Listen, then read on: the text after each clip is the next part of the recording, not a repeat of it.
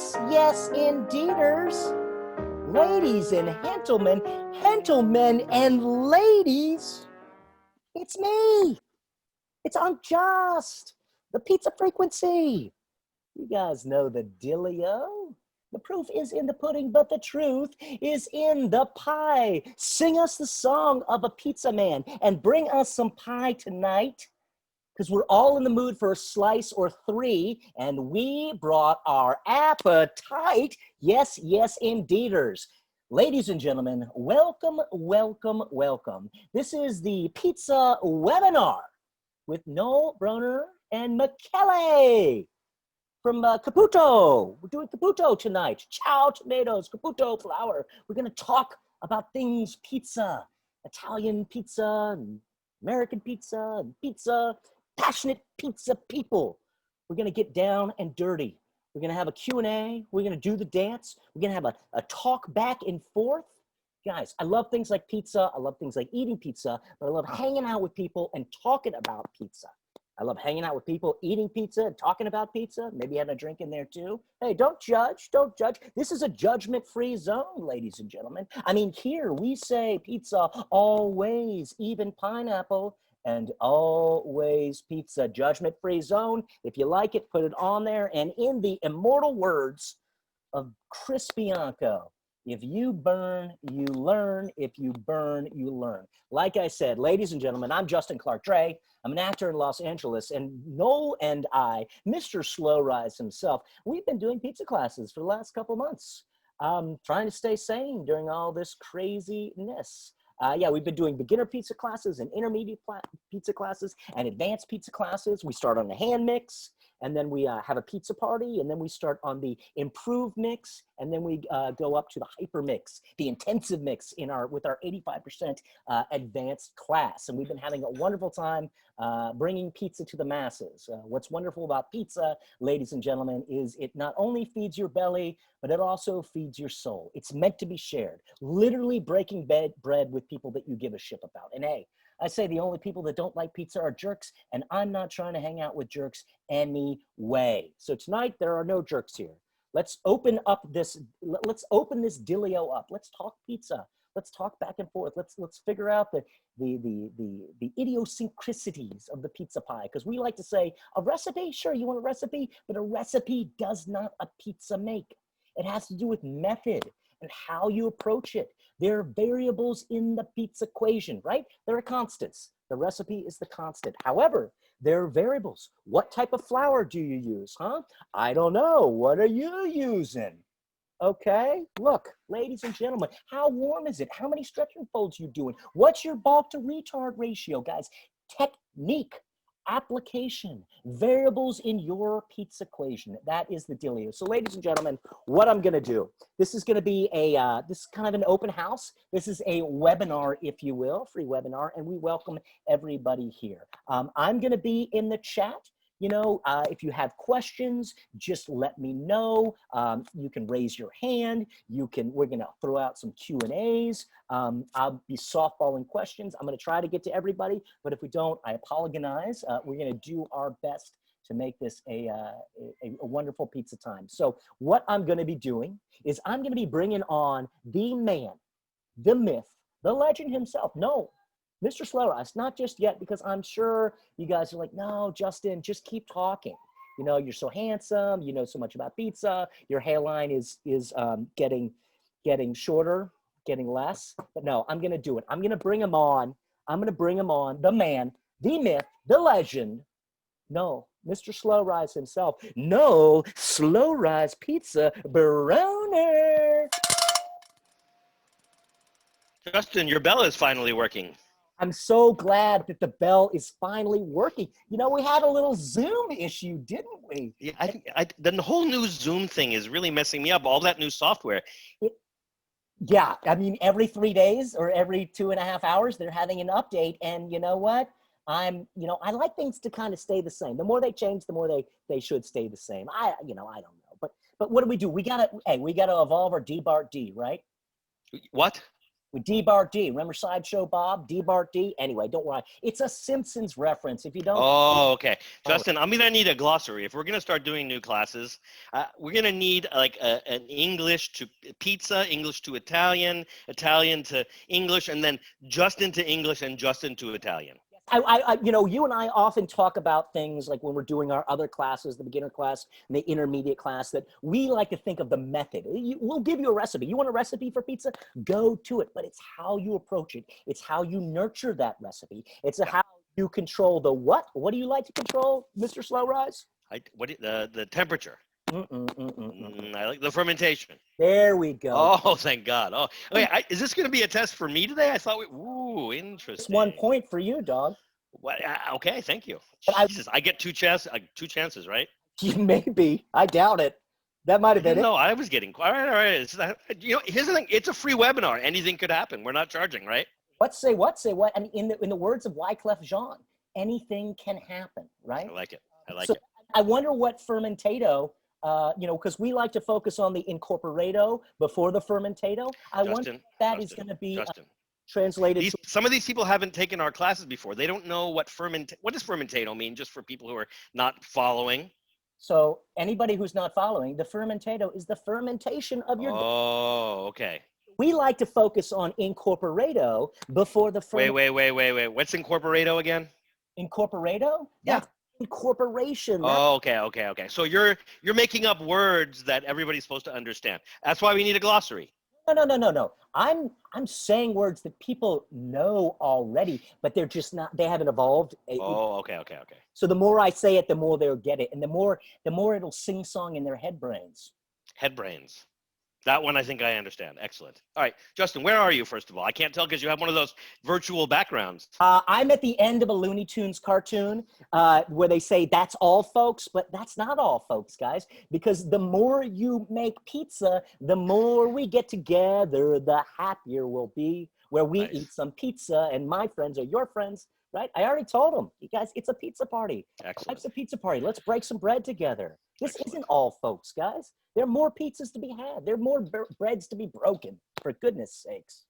Justin, calm down. I know you're excited. When was the last time we did a free Zoom webinar? It's been ages. When was it? April, I think. April. Yeah.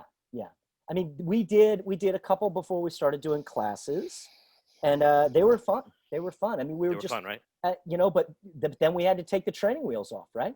We had to go. We had to take the training wheels off. So here we are. Look at you. So we got a little crazy for a few months, and now we're kind of getting back to our roots, wouldn't you say? I would say that we've had a really solid foundation of working on the classes. The beginner class, which is, I know you like to say that they're all your favorite, but I think the beginner class is my favorite because we do the hand mix on one day, and then we have a pizza party with everybody. And that's the only one that we actually have been baking pizzas in. But that's why I'm excited that we're going to be talking about this new round of classes that we're going to be doing. We're going to be maybe baking some of the intermediate, baking some of the advanced classes, and really going into deep dive in styles and really taking the classes to the next level, right? Yeah. All right, so how about this? Why don't we kind of explain to people who might be wondering, why am I spending my Friday night with these losers, these knuckleheads, these silly boys? Let's tell them why we brought them all here, right? Made them sign up on Zoom and log in and all that silly stuff. And then what I want to do is I want to bring on Michele as well, and we can talk to him a little bit because he's going to be teaching our first co-instructor Zoom class, right? Well, I'm really excited about bringing Michele on, and he was talking to me about the different tiers of classes that he would really like to bring to people. We're going to get to that in a little bit, but I'm really super excited to be here. We have about 71 people that are hopefully watching. Nice. So hello to everybody. We're a bunch of goofballs, but we are really passionate about this stuff. So I'm going to be in the chat a little bit more. I'm going to be trying to answer questions. If you guys have anything, just let me know. I'm going to try to either softball it or try to answer it myself. So don't go anywhere yet. We're not done with you, Justin. Hold on. Here, I'll see you later. No, Justin, you can't leave yet. You have to bring on Michele, but not yet. Let's talk a little bit about what we're going to be doing for the new semester, if we can call it that, and then we'll bring Michele on and we'll find out, what when I say find out, we don't actually know because we've been talking a lot. So this is going to be part of our brainstorming session. Right. All right. And Maybe that's the thing. Maybe we can get some ideas from some of the people that maybe want to take some classes. Say, hey, what about this class or what about that class? there you go. There you go. Maybe try to bring to people. If you have any burning ideas, guys, don't hesitate to let us know. We are all opportunity. You know, this is about the pie, and we talk a lot about foundation. If you have a solid foundation, you can put whatever you want on that pizza, and it's going to be delicious. However, if you haven't done the work, you don't haven't nurtured the dough, you don't have a foundation, you can put buffalo this and you know. Truffles and all that stuff, and it's not going to be that good. So let's focus on the foundation.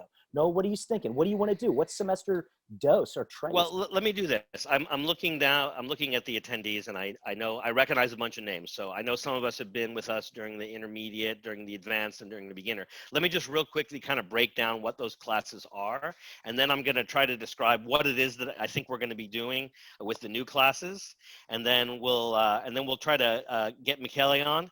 I know he's been having some technical difficulties. Hopefully it won't be too hard, and we'll talk with him a little bit. And then hopefully while we're talking, Justin, you can field some questions from the attendees, and we can start to answer them.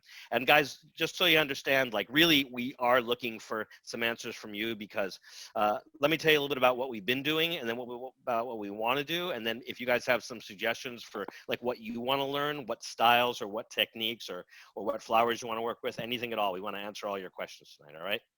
So I'll try to be short-winded. Justin, ring your blue bell if you find that I'm not being brief enough. Okay. I'll be ringing the bell a whole bunch, ladies and gentlemen. Just trust me. This guy can talk. Don't get him started about cars. No. Justin, my car got broken into today, but we'll talk about that later. Yeah, I know. I hope it wasn't when I got the flour. No, it was this morning or last night. Anyway, let's not talk about that. Let's talk about pizza. All right, so guys, for those of you who haven't been with us, let me just tell you what we've been doing. So me and Justin started out on March 31st. There was supposed to be something called the Pizza Expo, and it got postponed and then canceled. And so me and Justin are like, no way. You can't cancel the Pizza Expo. We've been planning this forever. Now, no, I'm not the only one who was disappointed that there was no Pizza Expo. So we decided, me and you in your apartment, COVID-19 Venice Beach apartment, and me in my COVID-19 Santa Monica apartment, that we were going to do our own personal little pizza expo from our living rooms. Correct? This is true, ladies and gentlemen. We decided that we were gonna try to hoodwink everybody and do a all access, all people, everybody that you wanted to hear from that was supposed to be at the Pizza Expo.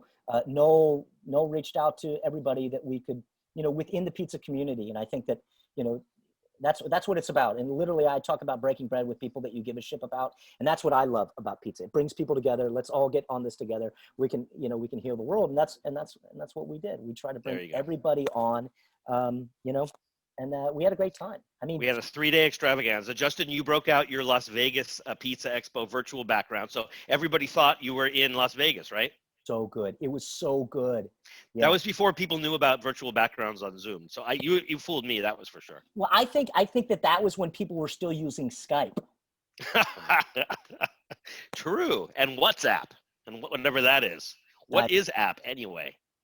What's app? What's not app? We digress again. So we started at the Pizza Expo.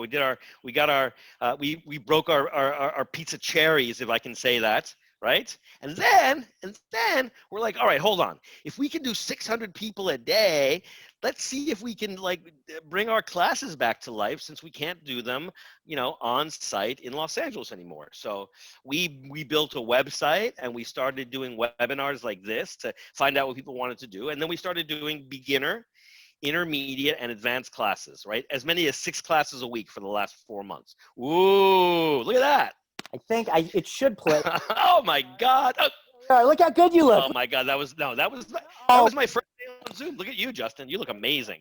Ladies and gentlemen, you got to see this. Well, Justin, you're on our way. Oh my God, where did you go? All right, Justin, this is funny for you. This is like when you go to people's houses for dinner and you show and they show home movies and they're like, I don't know any of those people like that. I don't want to reminisce. Oh my God, Justin, you go. All right. Thank you for that. Thank you for letting me relive the early days of COVID, March 31st, 2000. You're bringing me back. Look how good I'm looking. Look at that pizza uniform. You do look good, Justin. Oh my God, I look very pale and tired. Yeah, pasty, I'd say. All right, we digress again. Hold on. It's already 5:16 in Venice Beach and we haven't gotten anywhere. So let me break down the classes, then we'll bring Michele on, all right? So we started with the Pizza Expo, then we did some free Zoom webinars. We got a lot of people like talking about a lot of pizza stuff. And then for 4 months, all we did was pizza classes. So when we started, we were doing 2 beginner 2-part classes a week. And those are our biggest and most popular classes, right? So what we do is we get people to come for 2 hours and we make dough together. That's all we do is we mix dough and talk about dough, mix dough and talk about dough, shape dough, pre-shape dough, weigh dough, divide dough, everything with dough for the first day. Then we ferment overnight, right? And the next day we make pizza. And the part 2 of the beginner class is a great time. And it's the only class so far where we've actually made pizzas, because all of the other classes, intermediate and advanced, we mostly just make dough and talk about pizza, like a couple of pizza academics, right, Justin? Yeah, we wax phyllo dough, and that's not puff pastry, guys. That's the philosophy of dough. All right, Correct. so that brought us Correct. to the idea is like, well, I want to show shaping this stuff. I want to let's talk. How do people shape an 85% hydrato? How do people shape? How do we use the pre-ferments? What does that taste like? What are the textures of that we're going to come out with? So Noel came up with what? What do you want to do? Well, so we did these 4-hour seminars for the intermediate class, and we made a New York pizza with that 65% hydration. Some people use sourdough, some people use Biga, but mostly straight dough. Then we did the same thing with a high hydration dough. You can make a lot of things with that. You can make a pizza bianca, right? You can make a nice Sicilian. You can make an awesome Detroit. But we didn't really make pizza with that, and so I've always wanted to do a part 2 of the intermediate where we do a New York or an Artisan's New York or a Neapolitan New York kind of thing. And so we're going to start doing that soon. I know Michele has some ideas for that. And then for the high hydration dough, you can do all kinds of stuff. You can do focaccia, pizza bianca, Sicilian. You can do pinza. You can do all kinds of beautiful stuff. So, and I think Michele is going to do some stuff with that as well. Also on the Neapolitan side, there's this new style, and I know that Caputo and Orlando Foods are excited about Nuvola. I don't know if they're still excited. I'm still excited about it. I love that. They launched that stuff along. You use it all the time, right, Justin? Yeah, I use that is 40% of my recipe. Absolutely. Don't tell anybody your recipe. They haven't paid a penny yet. Whoa. I don't think. Wait, did you say 40 or 4? I can't remember, Justin. 0. Edit that out. Nobody gets any information. This is a free webinar. Sorry. Edit that out. Buddy, it's just a recipe. All right, so here's what we're planning, because come on, Justin, it's 5:18. I got to bring Michele on by 5:20. He's waiting. Plus, it's late there. He has to go to sleep. My goodness. Good night. Good night, everybody. All right, so here's what we're thinking about. All right, we have all these pizza friends, right, beyond our little pizza universe that we want to kind of bring in, right? So what I like about Michele is that I don't like him because he's not from the U.S. And I know that his family has been in the U.S. for a long time, and he and his wife have been here for a while. But he's not like me, right? I'm from the suburbs of Los Angeles. I learned to make pizza in a microwave oven. The favorite pizza that I grew up with was probably like DiGiorno or Domino's or whatever nasty frozen pizza my parents would leave for us when they were going out. I'm a Mama Celeste guy. Mama Celeste. But Michele actually grew up not far from Naples, right? And he and his family made pizza at home, right? And pasta and bread. And so he became a pretty famous like pizza celebrity. If you're down with like all the Instagram pizza influencers, he's definitely one of them. I'm down with that. I want to work with that guy. Plus, he's actually been to Rome, and he's worked with some of the Roman Pizzaiolo players over there, right? Luca Pizzetta, among other people. So he knows stuff we don't know. So what we want to try to do is bring him in and do a Roman class with him, do a Neapolitan class with him, do I think he calls it like an Artisan New York class with him. Right? Do a pizza bianca or pizza al taglio class with him using pre-ferments and all kinds of beautiful Italian flours and see where it gets us. I heard a rumor. I sign up. The rumor is Michele doesn't even know where his thermometer is. His finger is his thermometer. That's what I heard. What are you talking about? No, not you, Justin. Oh. You're with me. You're like the stupid American. You darn right. We defrost pizza and then cook it in a microwave. This guy grew up with wood-fired ovens. Should we go to his house? I mean, we can't go to his house. There's a pandemic on, but hopefully we can bring him on. Do you think? Let's see this. Sure. Michele, are you still awake? Wake up, Michele. Maybe I'll ring the blue bell and see if he. Michele? Let's see if he comes on. Let's see if he Michele, comes are you there? Can you? on. Oh, there he is. Yay. Finally. Fine. Michele, we thought we I lost know, you. I was late. What are you So talking about? I'm now trying to blame on you guys. No, you Thank you. Thank you. Thank you to have me here. That's awesome. So We're excited to have you. Sorry we took so long. Justin and I are long-winded, especially me.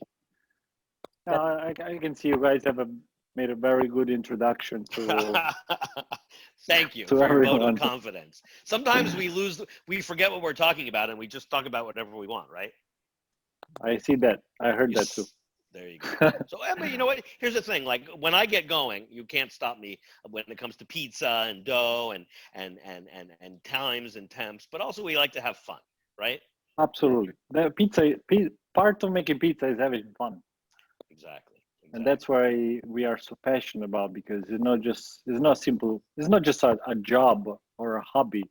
It's something that you do with a love and passion. You know, I moved from another country to this crazy country. It is crazy. You're right. Just for making pizza. So imagine how crazy I am. I can imagine. No, You are kind of crazy. Yeah, I applaud that, dude. I mean, I think that's the thing. You follow your heart, and your heart leads you to this, and then you can feed people. And like I said, it's not about feeding their bellies. It's more than that. It's about feeding people's like soul. And It's for them. share information, share knowledge, share what I learned. I didn't born and know everything, and I'm still don't know everything. That's why it's always something that I want to learn more. Yeah. Well, that's one of the reasons why we're so excited about you maybe jumping on and teaching some of these classes with us, because like Noel said, it's like we're all cut and paste. The more that we can learn and kind of giving back, Right. like, we're all going to get better pizza, and we're all going to feed people better pizza. Right. I think is the point. Everybody should be eating the best pizza they can find. Absolutely, and that's one of the goals of my job. Bring the Italian culture in pizza and show people, why people go in Italy and love pizza and love food. We have one of the best food in the world, plus the best raw material, I believe. Yeah, absolutely. And that's why we bring this in the United States and we show everybody, and we are very proud to do that. Excellent. Hey, Justin. Yes, sir. Yes, sir. I see our first question in the Q&A. Yeah, anonymous attendee is asking, do you use what is it, Levian? Levin. And what percentage do you use? I mean, but straight to the point. Straight to the point. No. Oh, Sorry, God, charge no. that guy $1. You can't get that. Hey. That's some serious information for a free webinar. The thing. All right, let's give him the webinar answer. Yes, we use Levin. Let me answer. Go ahead. When I get this question, I say, what are you trying to make? What are you trying to do? What's the purpose? What flour are you using? What oven you have? What's your final goal? And then you build a recipe based on what they're looking for. So yeah, I think a lot of times. Please try again. Ask another question. A lot of times, Noel and I talk about it's always a sliding scale. Because yeah, you can use a percentage of starter of some sort of leaven, but like depending on what type of style you want. Are you doing a New York? Are you doing a Neapolitan? Are you doing a Roman style? Are you doing a grandma pie? Are you doing a Detroit style pie? All those different styles maybe dictate different, types of starter and a different schedule that you're going to work towards. So once again, it's like, yeah, I mean, I use anywhere between 10% and 20% usually, but I'm trying to like New York deck style. good. Can I give my answer? No. Come on, please, Justin. So here's the thing that I love about pizza. Everywhere I go, the range widens. And I remember when I worked with Roberto at Keste, and we were making Neapolitan pizza the first time. I think for a 25-kilo bag of flour, we were using about 12 grams of fresh yeast, right? And maybe when it got a little colder, we were using 16 grams, but it was nothing. And then I go to bakeries in LA, right? And we're using like liquid levain. So for 25 kilos of flour, we might use 10 kilos of sourdough starter, right? Think of the range from 12 grams to 10 kilos of leaven, right? So to your point, Michele, it really depends on so many things: the style of pizza, right? The fermentation schedule, the type of flour, the type of oven. Great question, and we should have a whole class just on leavens. Justin, write that down. One class just on leavens. We're just going to answer that one question in 4 hours. I'm writing that down for sure. Justin, are you my secretary or not? Not really. Okay, fine. I'll write it down. Fine, be that way.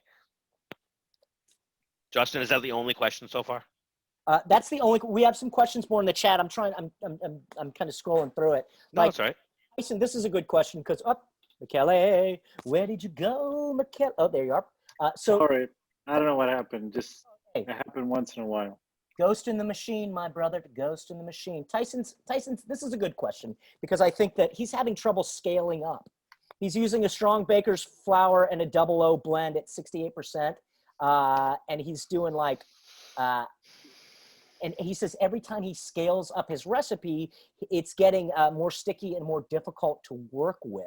Any tips? And I'm trying to say, well, are you doing a mixer? Are you hand stretching? What is your rest time? Are you doing an autolyse? Are you do you have a stretch and pull? No. Stop that. Hold on. No, these are good questions, but let's start with basic stuff. Like when you scale up, what kind of scale do you use, right? Are you using cups? Are you using tablespoons, teaspoons, pounds, ounces, or are you metric? Yeah, right? Are you going by volume or by weight? These are the most important questions. Saying weight, hand stretching, 2-hour proof. Hold on, the 2-hour proof doesn't matter. We're not even there yet. So like when we teach people to scale up, right? We start with a very basic recipe, like 1 kilo of flour, right? 650 grams of water, right?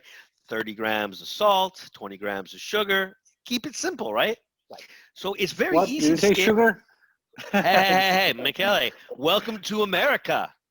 I just mess with you. I still don't use sugar anyway. No sugar in your dough, right? Even your New York styles? Nope. Well, he's a pro. He doesn't need sugar. He relies on fermentation. There you go. Time, ladies and gentlemen. Time is an ingredient. Don't Michele, for the record, I'm impressed, but nobody else is, okay? Wait, I'm impressed. What are you talking about? Justin, you have a sugar habit like no one else. Yeah, I'm kicking a lot. I'm using beet sugar. It's high percentage. Beet sugar. Michele, would you use beet sugar in pizza? No, I don't think so. The far I can go, I will use malt. Oh, congratulations. Very nice. Far I will go. That's good. That's a step in the right direction. Yeah. So these are all good questions. We like to make fun. So let me just tell you that when I was learning to bake, scaling up was one of the most difficult things to do. And the thing about scaling up is that even if you're going from 1 kilo to 2 kilos, which isn't that much, I often go from 1 kilo to 100 kilos, which again, not that much. There's a lot of little things that you have to make sure of, right? And so I like to make a spreadsheet, right? And so all I do is change one number and all the numbers scale up. And the easiest way to do that is to learn baker's math. So that's one thing. Michele, do you have any tips for scaling up? So if I go back to what I learned in Italy, you just fill the dough. So if it needs more water, if it's too sticky, you add a little flour. If it's too hard, you add a little water. But learning more, definitely I use percentage. Whatever I do, I use percentage. So everything is based on the flour, 100% flour, and I go up based on flour. So if I use 1 kilo, is that recipe. If I do 300 kilo, it will be just times the percentage. Very good. So for me, go ahead. The only thing I'm now scaling up is the yeast. I scaling up gradually. That's the only thing that goes up, not as much as the percentage go up. I understand. Well, that's because you're Italian. Well, I like it. I'm making fun of you, but here's the thing. No, it's not fun. Here's the thing. We're going to have to learn to cook together because we do things differently. And so if we're going to co-teach a class, it's like mom and dad are a little bit different. And sometimes mom's in a bad mood and sometimes dad's in a bad mood. So, we're going to learn to get along, right? Yeah, absolutely. But you're still never going to put sugar in dough. I will do in only one case, but I cannot tell you. That's a secret. Okay, fine. No, I thought we had no secrets, Michele, so we're going to talk about this after class. Justin, write that down. Me and Michele have to talk about secrets after class. Secrets after class. I'm writing that down right now. Thank you, Justin. Green pen. Guys, this is a question. Once again, Anonymous is coming up here. How much does a Poolish speed up the fermentation schedule? I mean, I don't know. I mean, I have some ideas. A little bit, a lot, not at all. What do you think, Michele? I think depends of the temperature and the Polish it's proofing. If you did a proof in the refrigerator, I mean at 40 Fahrenheit, it will take longer to make the proof. If you did if your pre-ferment Polish was at let's say 65 or 70, it definitely is faster. It will work much faster. Got it. I would say that the way I was taught, we didn't really use Poolish as a leavening agent. We used it for flavor. We used it to make the dough more active more quickly. And so I personally, the way I was taught is that I use Poolish not for leaven. So I'll either use a sourdough starter in conjunction with a Poolish or some yeast. That's my normal way, but I know there are other ways as well. I agree, Noel, because I didn't add this point. Even if I use Poolish, I always have to add yeast to the recipe because the Poolish itself, my Poolish, for 18 hours, 16 hours, Poolish has a 0.1% of yeast, of fresh yeast. Exactly. So that small quantity, the dough will go nowhere without another kick. But you know what I think is interesting? Like before COVID, I was traveling around the world and I got to go to different continents and different countries and states and cities. And, you know, people do things differently everywhere you go. And so just when you think that Poolish is not used for leavening, you find a recipe or a baker somewhere. You know, I met a guy from Morocco recently who was trained by a French chef, and their Poolish is everything. There's no more yeast. They have a special way of doing it there, and it worked great, right? So who knows? I mean, we're open to discovering new things. I learn things from my students all the time. They should be paying me sometimes, right? Or I should be paying them. I had it backward. Justin, edit that out. Don't make me look like a dummy. There's no amount of editing will do that. Trust me, guys. I mean, I wanted to ask. I mean, my Poolish is usually like, you know, I kick it up like 5th gear, and I like, you know, I do like a 4 to 6 hour at like 90 degrees, you know, but what I think is that takes a day away from it sitting in the fridge. My pizza's ready to go like a day or two earlier. So it's just something you got to play with it, guys. The reality is just keep making pizza, writing it down, taking copious notes to know what's going on. Guys, I got a question from an anonymous attendee. Neapolitan pizza. What is a basic percent? What is the, now usually Neapolitan would be whatever flour you want, and it's going to be what, 58 to 65% hydration, right? 3.2%. We'll say 60. The traditionally STG, like the DOP pizza, Neapolitan is between 60 to 62%. And then, but everyone can interpret it in their best way. And if you were using a starter, what would the percentage be of starter using just that tradition? I no starter in the Neapolitan pizza. In the traditional Neapolitan pizza, no starter. Write that down. Write that down, Justin. There's no sugar in his pizza and no starter in Neapolitan. These are two things we're going to change about you. We love you, Michele, but we're gonna convert you. Welcome to America. Putting it right here. I don't know if you can change that. That's, you know. Well, you know what? I get 100%. That's why you're here, because you represent tradition. That's why we want you. That's why we want you. Now, here's a question. Can I ask a question? Because I've been asking the same question all the time. What did they use in place of yeast before commercial yeast was available? You say no starter, right? Starter is a shortcut. Is a abbreviation for natural fermentation. Tell me what they used before there was fresh yeast, instant dry or active. Well, they used to use Levito Madre, which is Madre yeast. Well, hold on. Isn't that starter? Yes, but when they decided what recipe is for Neapolitan pizza STG, specialty traditionally guaranteed, they wrote down the VPN, which is, they call the police of the pizza. Yeah. to respect the rule, you have to use this recipe. You have to use this recipe in that term of time of fermentation also. So it's very limited to be super traditionally Neapolitan, which you don't have to follow unless you are, VPN members or some, some member of those association, and they try to preserve this particular recipe and style. And that's why it seems to me that there's like been a big push for the Neapolitan 2.0, right? The new Yes, but also the way if I have to make Neapolitan pizza, I will not exactly follow this recipe. I will go on my own. I will do different things because they claim that the fermentation should be maximum 10 hours, which, if we're talking with anybody in the United States, 10 hours is just nothing. Nobody makes do that short. Yeah. Interesting. Now, let me ask you a question. Have you ever made Neapolitan pizza with Levito Madre? Pardon my Italian. Yes. Yeah, I can say I did it because at home, we used to, with my mom, when she was making bread, the dough was made with Levito Madre. So before we bake the bread, I only have a little spot of time when the oven was super hot so I can bake my Neapolitan pizza. And yes, it was made with Criscido, Levito Madre, however you want to define. Awesome.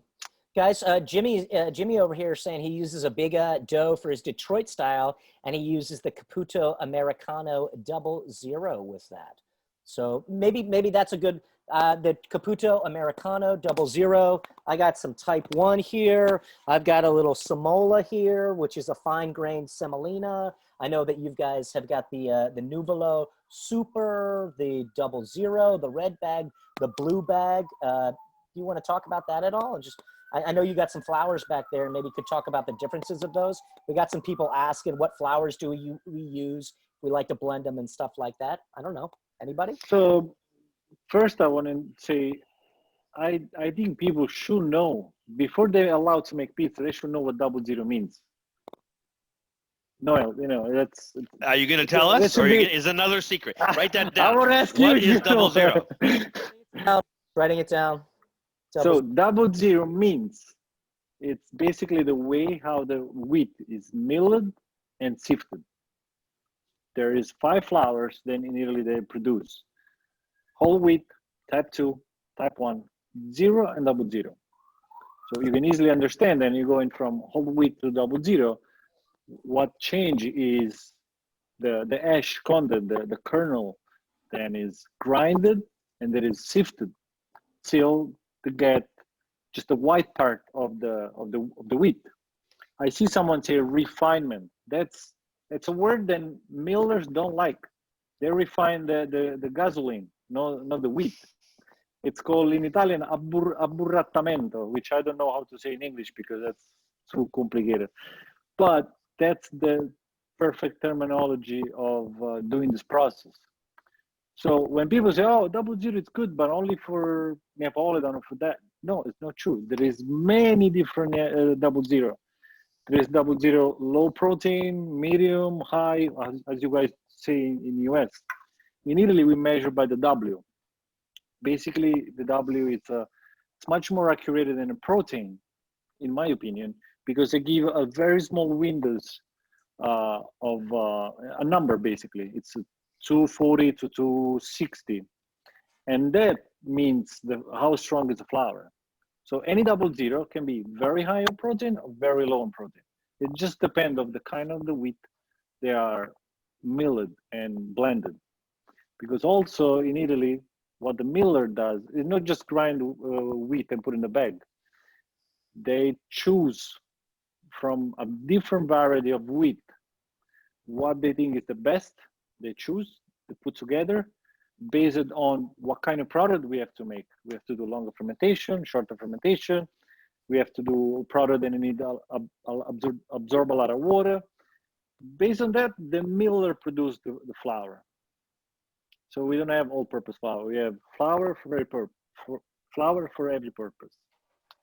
I like it. I like it. Let me I ask think you I a went question. too far from the question, no? No. I'm going to bring you back though. So what flour are we going to use when we do the Roman style pizza? In our case, we did a year and a half ago, 2 years. Oh, I think yeah, about that time, they come out with a zero flour nuvola super, which it's basically a flour. It's a zero. It's not double zero, but it doesn't mean there is weaker flour. As I said before, it can be. It's just the way how it's sifted. They didn't completely sifted the flour. There remains some a little ash, so it's not perfectly refined as not refined sifted. Sorry. So that also help with absorption. That means then all the ash left in the flour allowed the dough to absorb more water, and that's what I use for Roman pizza, or also for high hydration dough. Got it. And Now, also I help myself with the pre-ferment. Then pre-ferment allowed you to absorb more water, because what the pre-ferment does, without go too deeply in the pre-ferment section, pre-ferment allowed you to develop some kind of acidity, so that brings more flavor. And I explain in the easy word, it's basically open the pore like we have in our skin of the flour, and makes the flour absorb more water and retain this water. excellent. So in the advanced 2.0 class, when we do the high hydration dough, we're going to do probably 85% hydration, and we're going to use a pre-ferment as well, which you're calling a Biga.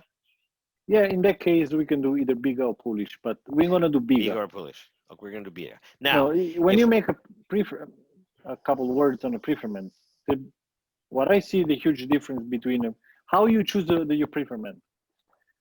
The way I do it is depend of the final product I have to make. Not because I want to make Polish for Neapolitan or Biga for New York style. It depends on the product that you try to make, because Biga, the characteristic of the Biga is give you a lot of bubble, a lot of air pockets. So if you think about New York pizza, it doesn't have a lot of air pockets. So you apply the Polish better. You want to have a better result with Polish, because Polish gives very smaller crumb, but more flavor and aroma. Got it.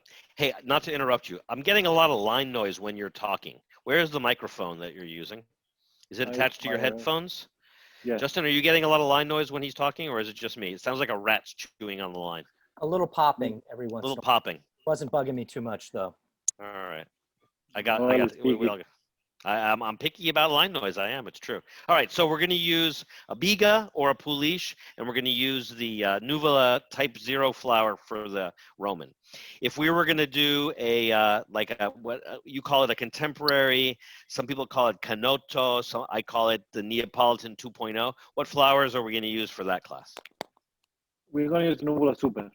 The best will be, in the perfect word, will be using Nuvola Super and Nuvola. So we don't have this in the United States. When Caputo decided to do that, is because when you do pre-ferment, you should almost use two flours. That's why Caputo created Nuvola and Nuvola Super. The only difference is in the protein. The Super is much stronger than the regular Nuvola. So that means when you do pre-ferment, you always use high stronger flour. Yeah. So you do with the Nuvola Super. When you combine the pre-ferment with your rest of the flour for cover your 100% recipe, you use Nuvola. Got it. No Super. And so, all right. So we're going to use Nuvola for both. Are we going now? If we do a pre-ferment for the Neapolitan 2.0 or the contemporary, what pre-ferment will we use? I will use Biga. Biga. So you want to use? Is it the same Biga for both? For what? For the contemporary and the Roman? Yeah. Yes. So is it the same recipe? What's the difference? Is it the same salt? Yes, it can be the same salt. The range of salt for me, it always goes between 2.5% to 3%. No less than no more. Is the Neapolitan usually higher or lower than the Roman? it's up to you. You know, everyone first it depends of when you're making the dough, what time you're making, when you want to be ready, and all those kind of things. Gotcha. Salt, you know, as you know, salt helps you with dough to be more elastic, more tough, helps the gluten to be tighted. Got it. Now, So go ahead. if we do the third class, if we do the like a Neapolitan, or I think you were calling it an Artisan New York, what flour do you like to use for that? Well, I'm going to use the 00 Americana because that's the flour then we developed for 5 years ago, 4 years ago, something like that. We went in Italy, me, Giulio Adriani, Scott Pizza Tour. We created a team. John Arena, Tony Gimiani came with us. We went there and we did spent a week in the mill mixing flour. Mauro Caputo was creating blend for us. We created this flour because a lot of people were trying to use our classic 00 pizzeria in their deck oven or temperature between 475 to 600 without a good result. So we created 00 Americana. We had some natural wheat malt, and that helps to have a nice caramelization at low temperature. And we create a flour, and you can also, you know, stretch as the New York pizza maker or classic American kind of. Very low hydration, not too much of, you know, tweaking the recipe. Very, very basic. Got it. So Justin, I just sent you an email, by the way. Yeah. Justin, I just sent you an email, by the way, and it's got some links in it. So Great. maybe while we're talking, have a look through at some of those. We can put those in the chat. Some of them are links to the Orlando Foods website, maybe the Caputo website. Others might be links to where people can buy some of these flours if they want to get them retail, like from Amazon or something like that. Yeah, we're getting some questions about that stuff. I just didn't want to interrupt you. No, we're good. We're good. We've got some Q&As going. We've got definitely some questions going on. I don't know if you want to scroll through those while I'm looking at some of these links and trying to get those in the chat. Okay, that sounds good. How about this, Michele? So it looks like we're talking about flour. That's all good. We're going to try to use pre-ferments in all of our classes, right? What about mixers? What do you have at your house right now? Well, I have only this KitchenAid 6 quarts. 6 quarts. So is that something you can use for all of the doughs? Yes. There is something I can use, but it's not my favorite. Well, hold on. Let's talk about this. We have plenty of time. So tell us for each of the styles what your favorite mixer is. I'm sorry, can you repeat that? For each of the 3 styles, the Roman, the Contemporary, and the Artisan New York, what is your favorite mixer for each of those? Spiral, for all 3 of them. For all 3? Well, what if, I'm sorry, I don't even have a spiral at my house. So thanks a lot. You asked me what's my favorite. Okay, fine. You didn't say what's the best. I like a spiral too. Yeah. So are there ways that people can learn to, like for instance, can you make any of those styles by hand if you don't have a mixer? Yes, of course you can do it. Yeah, of in course. fact, I have this old mixer called Madre. Bring it out. We want to see it. Let me grab it. Good. Excellent. I have to remove the leads with all the flour. Beautiful. Wow, look at that. That's like a little baby Madia. Still a dirty of flour. Yeah, beautiful. Yeah. All right, so can you tell people who have never seen that before what that is and how it's used in Italy? So this was the ancient of the mixer. That's what people used to use before having a mixer. So they used to mix in a corner and have a flour here. So in case they need more, they grab it. You know, they were not measured flour and water like we said before. So everything was made right here. And after mix it, you cover with the lids and a lid left over here, and that was resting. And that was it. I used to have I still have a home. My mom, one huge, like a table, and more than one person used to mix the dough by You mean hand. at the same time? Yeah. Wow. Yeah, so when you were growing up with your family, right? And when you were making pizza or pasta or bread dough, did you use like an electric mixer, or did you mix by hand? No, I start to make by hand first. Really? And the first mixer we bought was a spiral mixer. Oh, come on. Wait a minute. Was your It family was only professional? one speed. It was only one speed, so I was got it. disappointed. No, I'm disappointed now, and I understand. I know, but before I didn't know. All right. So if people want to take any of our classes, they don't need a mixer, right? They either don't need a mixer or a simple KitchenAid will be great. Or KitchenAid is great. Okay. Because some people in our classes, they have a spiral mixer. Some people have a planetary or a Hobart. People have mixed with diving arm mixers, right? Yeah. So you never know what people are going to show up with. It gets pretty crazy. No, the thing is, if you're a pizza maker like me, I go everywhere in the country to do demonstration, do training or something. You have to adapt yourself wherever you go, because you never find your perfect setup. You never find your perfect mixer, your desired mixer. So you always have to adapt yourself and make sure the product is a priority, and the product needs to come out good wherever you go. Yeah. I think you have been in my shoes too. You have travel, and you always have to adapt yourself and based on the temperature and equipment as well. Yeah, absolutely. All right. So while we're talking, I'm going to take a few of the links here, and I'm going to put them in the chat. I'm going to start with the Nuvula flour. I think it's the Nuvula flour. All right, Justin. Yeah, I'm putting some in the chat over here. Oh, you're putting some in too? Yeah. All right. Well, I'm not going to do it if you're going to do it. Yeah, I just put the Amazon link, guys. Guys, now I know we have a lot of really specific questions here, guys. Let's get them. We're gonna try. Yeah, let's go through the question. Okay, all right. We promised people there was a Q&A, so if Yeah, we so don't let's. answer people and just talk There we about us, it's not fair. So just real quick, Jimmy was asking, is there a advantage to using fresh yeast versus commercial yeast? No, like I say, I just saying right now, you everywhere you go on whatever you do, you have to adapt yourself based on what you find. I mean, if you have the opportunity to choose, I don't think there is a huge difference. No, I agree. No, Although I got to say, just Michele, relax. You use whatever you have and make good pizza. Here is the thing, though. I find this in my class a lot. I would have answered that question the exact same as you 6 months ago, but here's what I find after doing.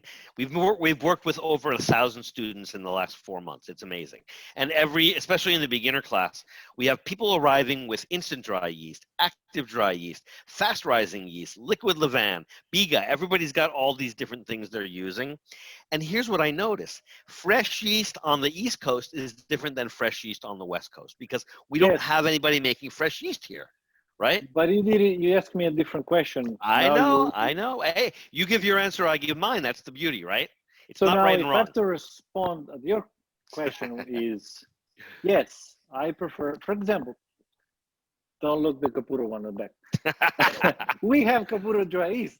Yeah. The reason why is because we created a specific yeast that perform much better than the commercial yeast. I mean, this is also commercial because you buy, but if you see a graphic how the yeast is working, most of the commercial yeasts has a peak. That means they work their best, the enzyme in the beginning, and they died very soon. So if you do a longer fermentation, you don't really do a long fermentation because the yeast is not working right. This yeast is working more static. Once it has the peak, is more flat, and that's what makes the difference. This versus other yeast. Plus, it's all made in Italy. It's gluten free. You can use in other application that has probably gluten free, and yeah, that's what I want to specify about yeast, because before they come out with this yeast, yeast is yeast. Yeast is yeast. There you go. That's what I thought too. There you go. Justin, another answer that we give in the class, a lot of people use active dry yeast, right? And so here's something I noticed about active dry yeast. A lot of people don't know how to use it. And so when they say to me, well, what is the ratio of active dry yeast to instant dry yeast to fresh yeast? I always say it depends. So for instance, they say on the instructions for active dry yeast, it should be between 105 and 115 degrees Fahrenheit, the water that you mix it with. But a lot of people just use their thumb or their pinky for warm water. So if you want to activate your yeast properly, you should probably use a thermometer.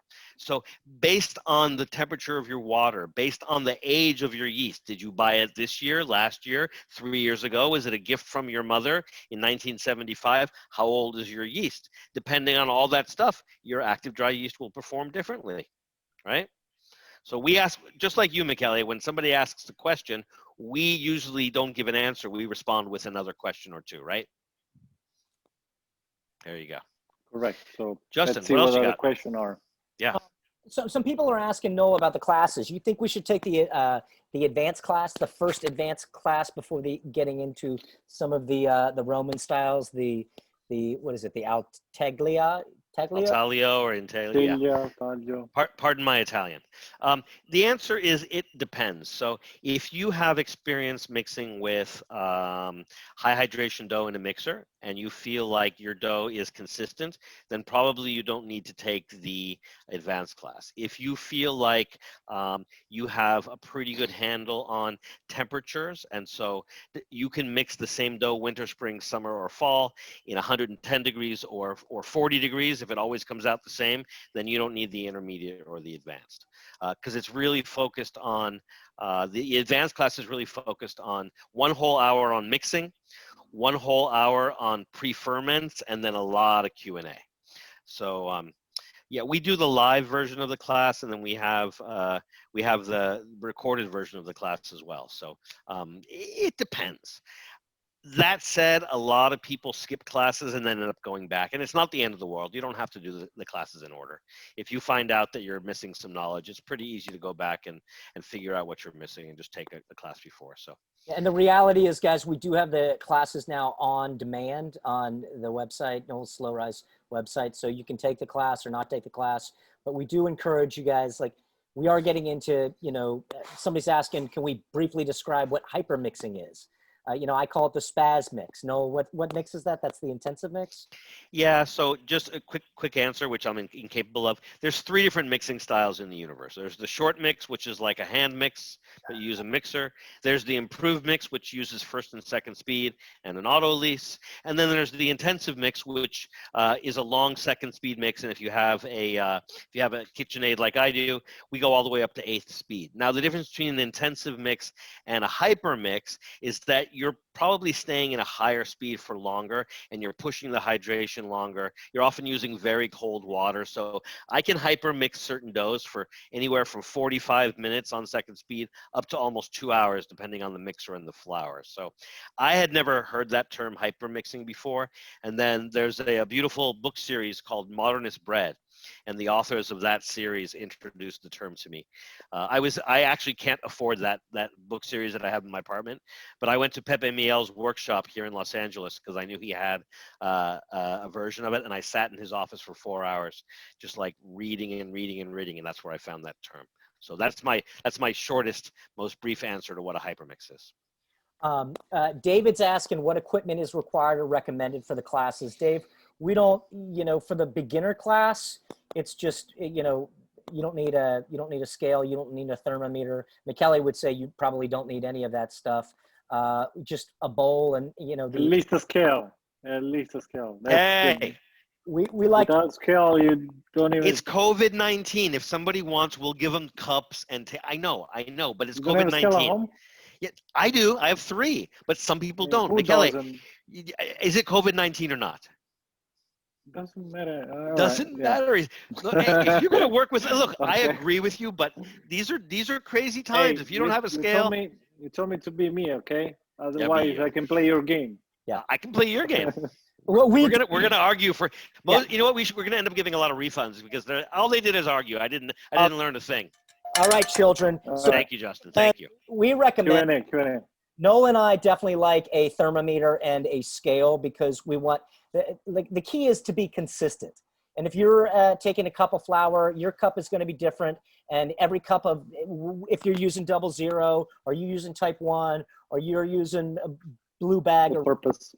Everybody's cup is going to be a little different. So we always scale to weight. So we encourage, if you're going to go for the intermediate and advanced and any of these classes that we're going to continue to do, at least get a thermometer, at least get a scale. But other than that, just bring a good attitude, really. No?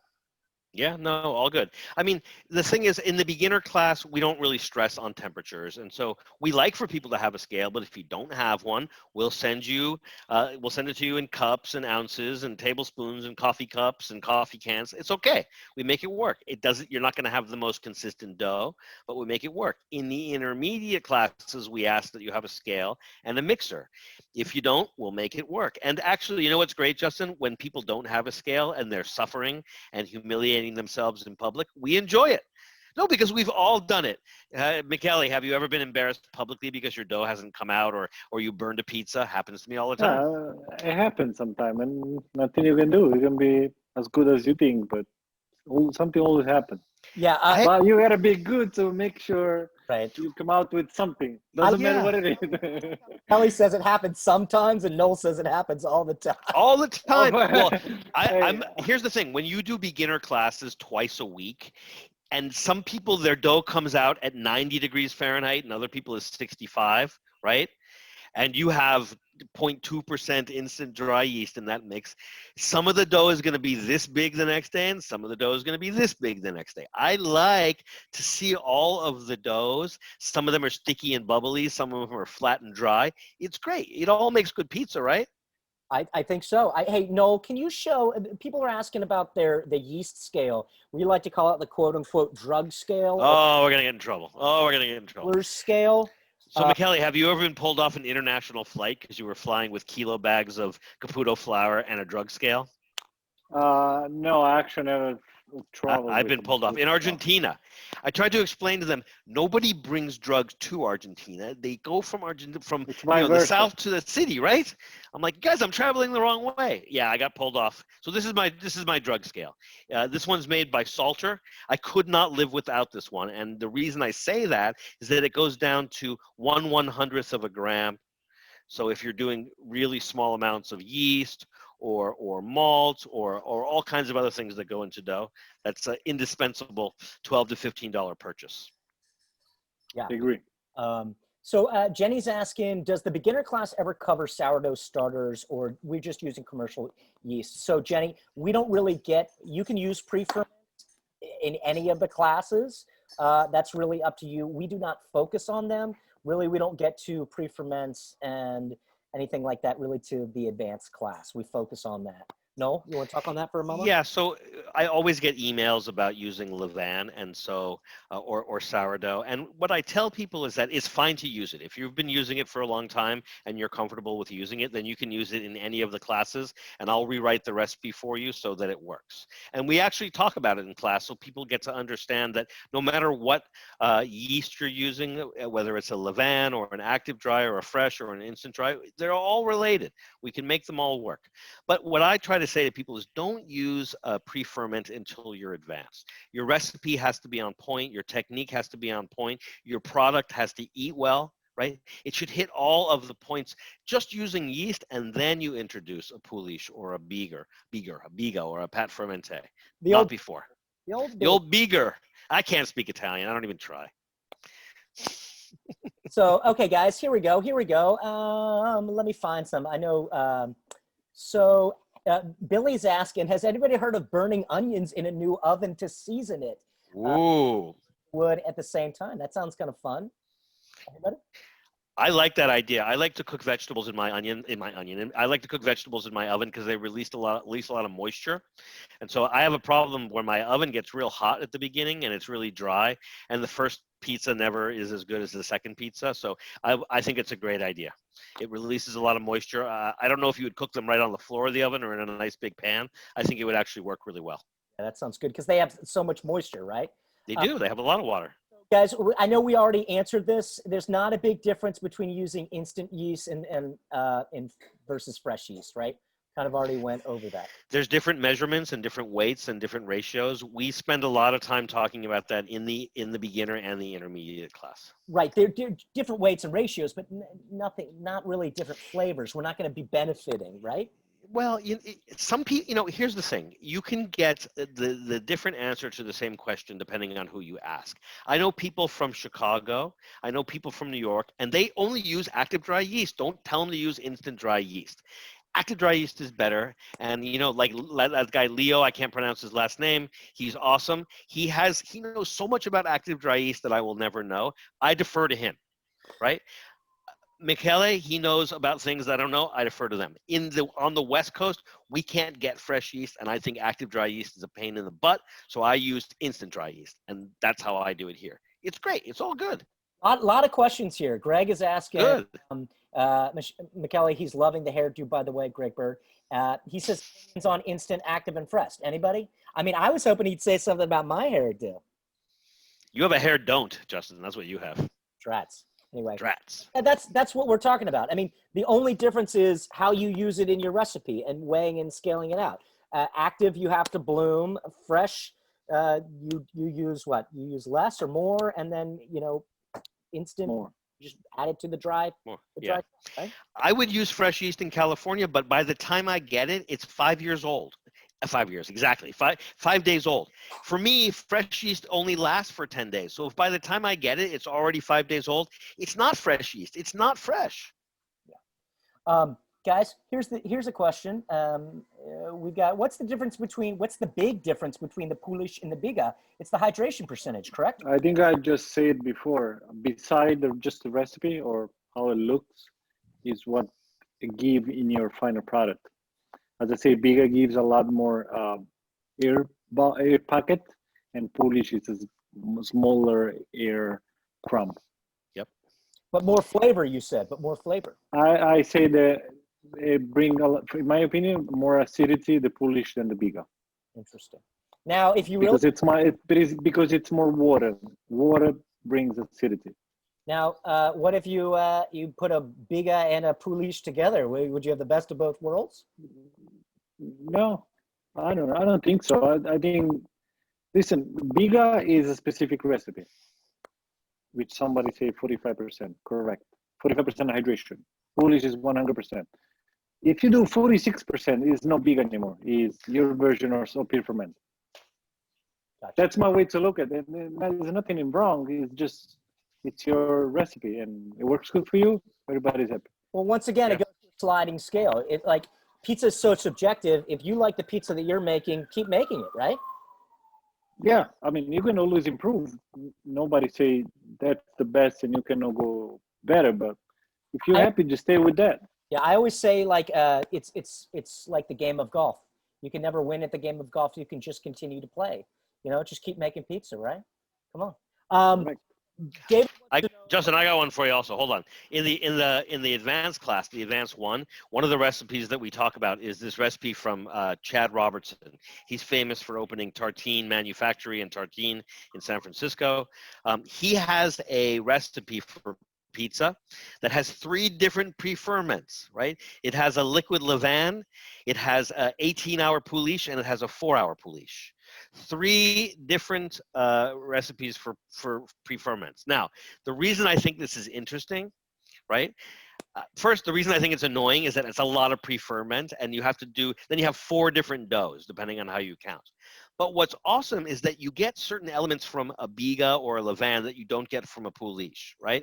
You get a different element from an 18-hour Poolish than you get from a 4-hour Poolish. But if you like one thing from one pre-ferment and another from another, go ahead. What we try to teach is this is the tradition. Learn the tradition. Learn the rules. Right? They're there for a reason. And then if you want to break them, that's great. But if you, like Michele says, if you're doing a Biga, right, that's 46% hydration or 100% hydration, it's not a Biga. All right. And in California, let me say, Michele, I agree with you because everywhere you go in California, because in this is the last question I ever got answered. I always ask this to Italians. What's a Biga? Because here in California, anything is a Biga, right? We don't even have any Italians. Closest thing we have is one Spanish guy I know, all right? And he doesn't know what a biga is. If you ask the chefs I work with what they call a biga, you would call a crescito maybe, right? It's not a biga. It's 100% hydration. Is that a biga? No, that's a Poolish. Yeah, yeah. I Sorry, agree. Justin. Not at all. Not at All right, all. let me write that down. We agree on one thing. Thank you. I'm writing it down. Write So it down. Dave wants to know, Michele, do you prefer dough that is never refrigerated? Like, is that, David, I guess, is that dough that you like to eat, or is that dough that you like to make? Like, do you have let's say you want a pizzeria, right? You want a pizzeria. You want a Neapolitan pizzeria, and you making dough every day. And what about you didn't use all your dough? What are you going to do? Every day you're going to throw out the dough?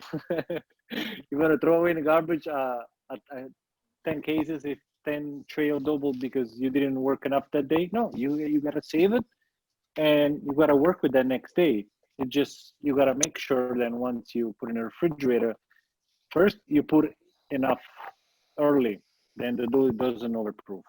Second, when you take it out, you have to make sure that it brings a room temperature, so you're gonna have a bad result. Because what I think is most of the people don't know, but they take the dough out of the refrigerator and try to bake right away, and it doesn't spring as well do when it's at room temperature. So yes, I prefer working with dough at room temperature, but you also need to adapt yourself with working with dough that hasn't been refrigerated. Or sometimes you are in some condition, then you have to make a recipe and you have to refrigerate it, and you have to adjust the recipe on the temperature. So I prefer working with the dough at room temperature. Yes. There you go. Hey, Justin, I got an answer for that too. So when I was learning to make pizza, I worked with Roberto at Keste. That was when he only had one Keste location. It was on Bleecker Street.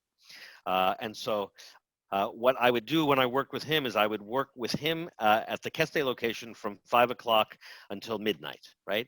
But in the mornings, we would go to Almano in New Jersey, and we would make dough there. And I remember I would go back and forth, and I would make the dough at both places, and it was the same recipe, but totally different doughs. And I was like, I don't get it. I love the dough at Keste, but I don't really like the dough as much at Amano. And you know what the difference was? They would make the dough at Amano, and it was cold. It was very cold. And then they would refrigerate it, right? And then in the next morning, they would pull it out. It would stay out for 2-3 hours, and it felt great, but it didn't have the same flavor as the Keste dough. Now, the Keste dough didn't have refrigeration. We would make the dough, and it would sit in the basement with fans and air conditioning units blowing at it. And of course, I had a thermometer with me. Of course, who am I without a thermometer? And I was constantly probing the dough. It was between 60 and 65 degrees for 24 or 48 hours, sometimes longer. That dough had the most incredible flavor. Incredible. For me, it was the best. But guess what? I couldn't stretch it. It was like dough that was 100% hydration, because that dough, even at 60 or 62%, it turns to pancake batter when it's not refrigerated, and it sits out for 48 or 72. So the same dough, refrigerated and not refrigerated, are totally different things. very interesting, very insightful. Thank you for that. No, thank you, Justin. Really. Name dropper, Keste, all these things. Oh. Let's talk about mixers real quick. We got a couple. I'm gonna spitfire a little bit. People are saying, let's talk about spiral mixers, and then maybe do you change mix times if using a spiral mixer versus a KitchenAid, and how do they affect the mix of your doji dough? You want to start, Noel? No, you start. Come on. I listen to myself all the time. I never get to hear you talk. No, coming from Italy, my least experience is with the planetary mixer. So I prefer working with a spiral and less with a KitchenAid or planetary. The reason it's simple for me, the way how the hook works around the dough is much more efficient than the planetary. Then it just go one corner to the other without a real purpose. The hook push the dough on the bottom of the bottom of the mixer, so it creating a friction. Then it developed the gluten much faster, in my opinion, than with this kind of mixer. And I think this is the big difference, Noel, in my opinion. Yeah. Get your answer now. Yeah, so here's what I mean. I grew up in the United States, and we mostly have Hobart or planetary style mixers. So that's what I grew up with. And when I started using spiral mixers and double diving arm mixers and fork mixers, I realized, oh my God, these are so much better. But here's what's good. If you have a fork mixer and you're mixing a Neapolitan dough, you know it's going to mix for 18 minutes on first speed and it's done. You don't have to guess. You know everything. It's so gentle and slow. It's amazing. I can make dough that's just as good with a planetary mixer, but I have to do it totally differently. I can only mix the dough for 5 minutes at the most in that mixer because it mixes so fast. Then I get the dough out and I do stretch and folds for like 2 or 3 hours. And by gently folding and stretching and letting time do the work, I can get to a dough that's every bit as delicate and airy. But it's a lot more work. I'm not saying it's good or bad. All I'm saying is that you can get to pretty much the same dough with all the different mixers. You just have to understand the nuances of how all the mixers work, what they're good at, what they're bad at, how much friction they create, etc. And then you can do what you want to do. But I love a spiral. I love a fork. I love a diving arm. And if you have to mix a really dry dough and a lot of it, I like a Hobart or a planetary style. I love whatever mixer is in front of me. How about that? That's what I say before, Noel. You have to adapt yourself with whatever you have. Yeah. Simple. Yeah. I mean, not that simple, but you know what's interesting about the classes that I really like? We don't have classes for home bakers and classes for professionals, right? Maybe one day we will, but right now we don't. And so there are a lot of home bakers out there that are doing the work that's every bit as good as professionals. The only thing is, instead of doing 600 pizzas in a day, they only do 6. But their 6 pizzas are great, right? But here's the thing: if you're a professional and let's say you buy a pizzeria, right, and you want to open up your own, so you buy one, you don't have much money, you open. Whatever mixer is there is pretty much going to be your mixer, right? And even if you really want a spiral, if you get an old Hobart, those things are made great. You just have to adapt and learn how to use it, right? There's nothing wrong with that.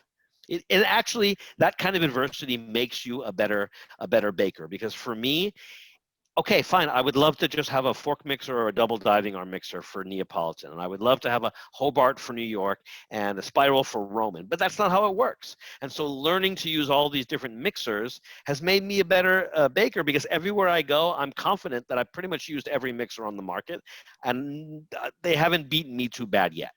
All right. They may win the first round, but I usually win at the end. Maybe not by knockout, but I'll go the 15. Excellent. Justin. Yo. Don't you love having Justin? You could just say Justin. Yes. And he reappears. It's the best. Jenny's I'm gonna do that tomorrow too. Good. If he's up here. Yeah, dude. I'm right here. I'm just licking my walls back here. Justin, you changed your wallpaper. What do you got now? Hey, this is, guys, in between. I just redid my wallpaper. Schnozberries taste like schnozberries, and my pepperoni and cheese tastes like pepperoni and cheese. Guys. Wait. Michele might not have seen Willy Wonka and the Chocolate Factory. Michele, do you know that? You know this reference Justin has right here? What's a schnozberry? Would you please tell the Italian? So there's this part in Willy Wonka in the Chocolate Factory. Willy Wonka in the Chocolate Factory is this story about this crazy guy that makes beautiful candies, and he puts 6 golden tickets in candy bars, and these kids find it, and then they go on this crazy trip around his zany candy factory. And at one point they've got this wallpaper that they lick, and it tastes like stuff, and there's a thing that says it's a schnozberry. She's like, what's a schnozberry? What's it taste like? Schnozberries taste like schnozberries. So basically I redid my wallpaper, and it tastes like pepperoni and cheese. We are the music makers, and we are the dreamers of dreams, ladies and gentlemen. I'll send you some video. Here we go. But I got some. I didn't understand, but it's okay.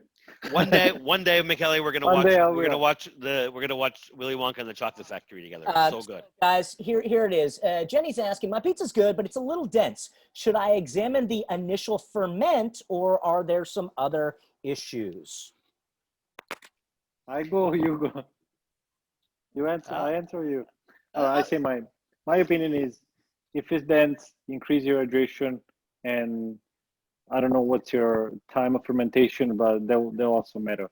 It can be that it didn't improve enough, or mostly is not enough water in your dough recipe.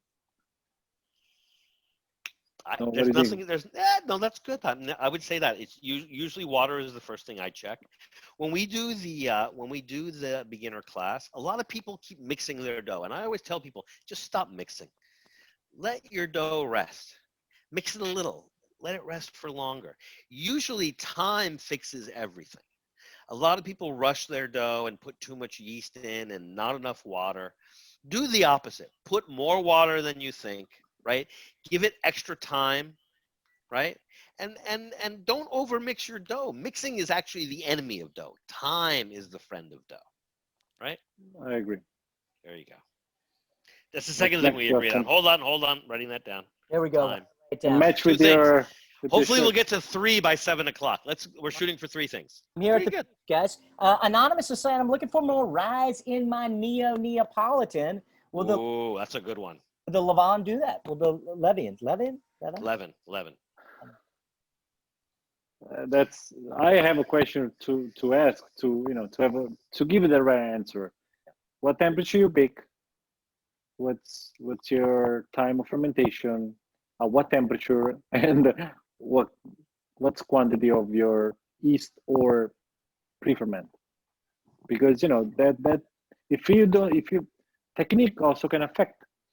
If you stretch all the way thin, of course you don't want to have rice. You expel, you push all the gas out, and that will make the dough hard to rise. If you're baking at a low temperature, the heat will now make your cornicione go thicker. So that's another effect.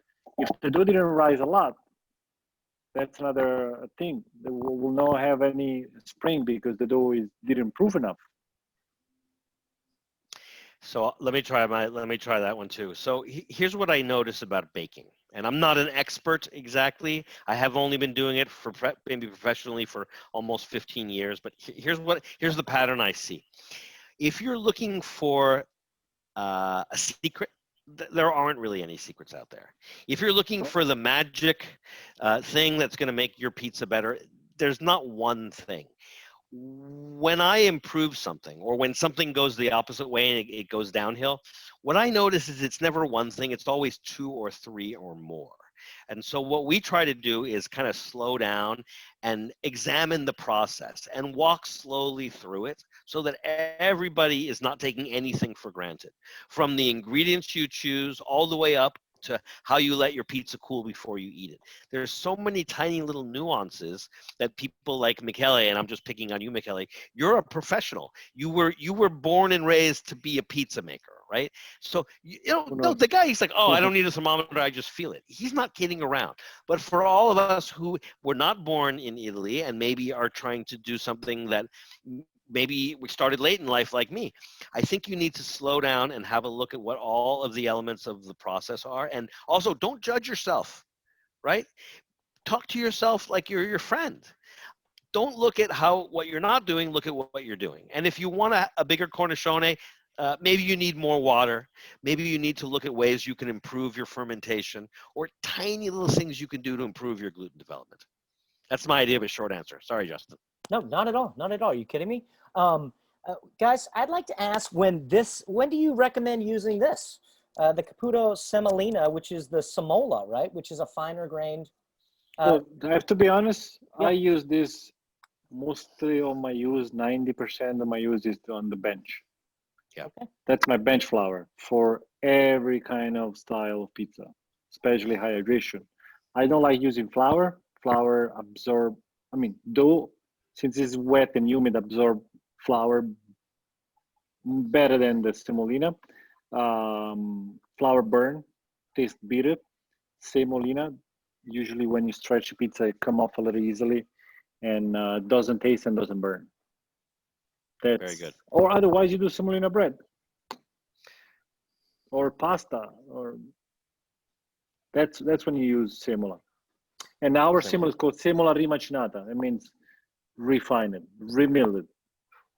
Remilled. So just for those of us who don't speak Italian, what is the difference between semolina and semola? I think they're just coarser. It's thicker, coarser. So the semolina is more coarse and the semola is more fine. Yep. But they all start from durum wheat, right? Correct. And durum wheat is traditionally grown in what region of Italy? In the It south, has a right? specific region. It doesn't? I think the best semolina in the world come from a heat place where there's a high heat. Ah, got it. Yep. Because I noticed, like I was in Sicily last year and I saw a lot of semolina bread. So that doesn't mean that they necessarily grow the durum there. That's their tradition for using semola or semolina, right? Yeah, I mean, for example, if I go to my hometown, you go to the panificio, the bakery, and you can find as much you find, white regular bread and semolina bread or pane di grano duro, basically. That's what Got it. they call it. It's 50-50. Does it add crunch? Is somebody's asking? Oh yes, crunchy? Yeah. very crispy, and I love semolina bread. Yeah. Really? My favorite bread, semolina bread. Now, can you make pizza with that dough or not traditionally? I never tried, to be honest with you, but I did a focaccia, kind of pizza al taglio or pizza in teglia with the semolina. Yes. Tasty? 100% semolina? Yes, which was very hard. I'll bet. But it wasn't not my best pizza ever. But you make a mistake and learn, and you try again. Yeah, That's it's got how really we can nice bake. flavor. Yeah. And the Yes, color it is does. beautiful too. And I like the crispiness of the semolina. I like Absolutely. about 5% in my recipe. 5%. I like it. I like it. Justin, Yeah, for example, in Italy, we don't do that. It's like, oh, I do 5% of semolina. To be honest, I still didn't understand why you guys in the US putting semolina in the. Well, hold on. So I in the think regular we got that recipe. from the French, because I know that I've worked at French bakeries where it's they'll use type 85 flour, right, which is like 85% whole wheat. They'll use a strong bread flour. They'll use a rye flour. So some of the recipes have three different kinds of wheat or more. So I don't know what I feel like. But The you're talking American. about bread. You're talking about bread, right? I talk about Well, pizza. yeah, but yes, I am. But here's the thing: you have a very specific idea of bread and pizza, and they're different to you. I think because In my opinion, yes. pizza doesn't come from here. Maybe we don't have so many rules. We'll try a baguette dough on pizza. We'll try a durum wheat with pizza. We'll try anything because we don't have that tradition, right? Yeah. Yeah, but you want to play baseball with a tennis racket? Sorry, buddy, that's not baseball. That's tennis. That's cricket. That's what I say about pizza. Yeah, no, I get it. And, I that's my love the way to rules, say and then I thing. love to break them. Yeah, but there's always need to be a sense between when you break a rule. Absolutely. You have to follow always or Well, hold on. Let's talk about Justin. Now, Justin has his own way of speaking English. He literally makes up his own words, but he doesn't do it just to be silly, although sometimes he does.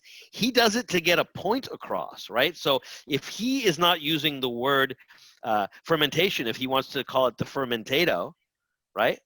He's using it either for comic purposes or to make it more accessible or more fun.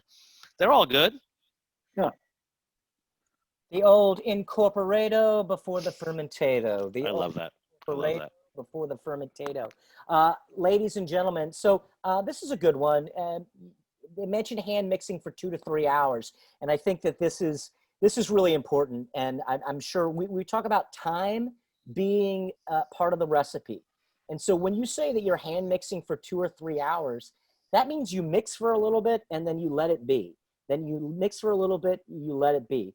What Noel said, and I believe Michele would back this up, you never want to over mix your dough. You want to listen to your dough. You want to listen to what it's saying. Look at your dough. What is it telling you? So mixing for 2 to 3 hours in a hand mix, that's more, you're probably mixing for actually less time than you're letting the dough rest, allowing the dough to do its thing. Noel, Michele, you guys want to talk on that for a moment? Noel, you take this one first. All right. So I remember when I was in baking school and we were using a spiral mixer and it was great.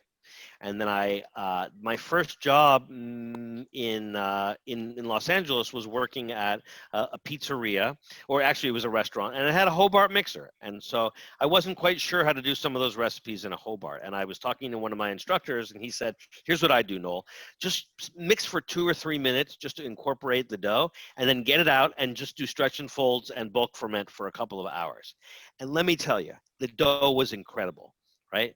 And I found out that, and this may sound crazy, and it's not true for all doughs, but sometimes the less you mix, the better your dough, right?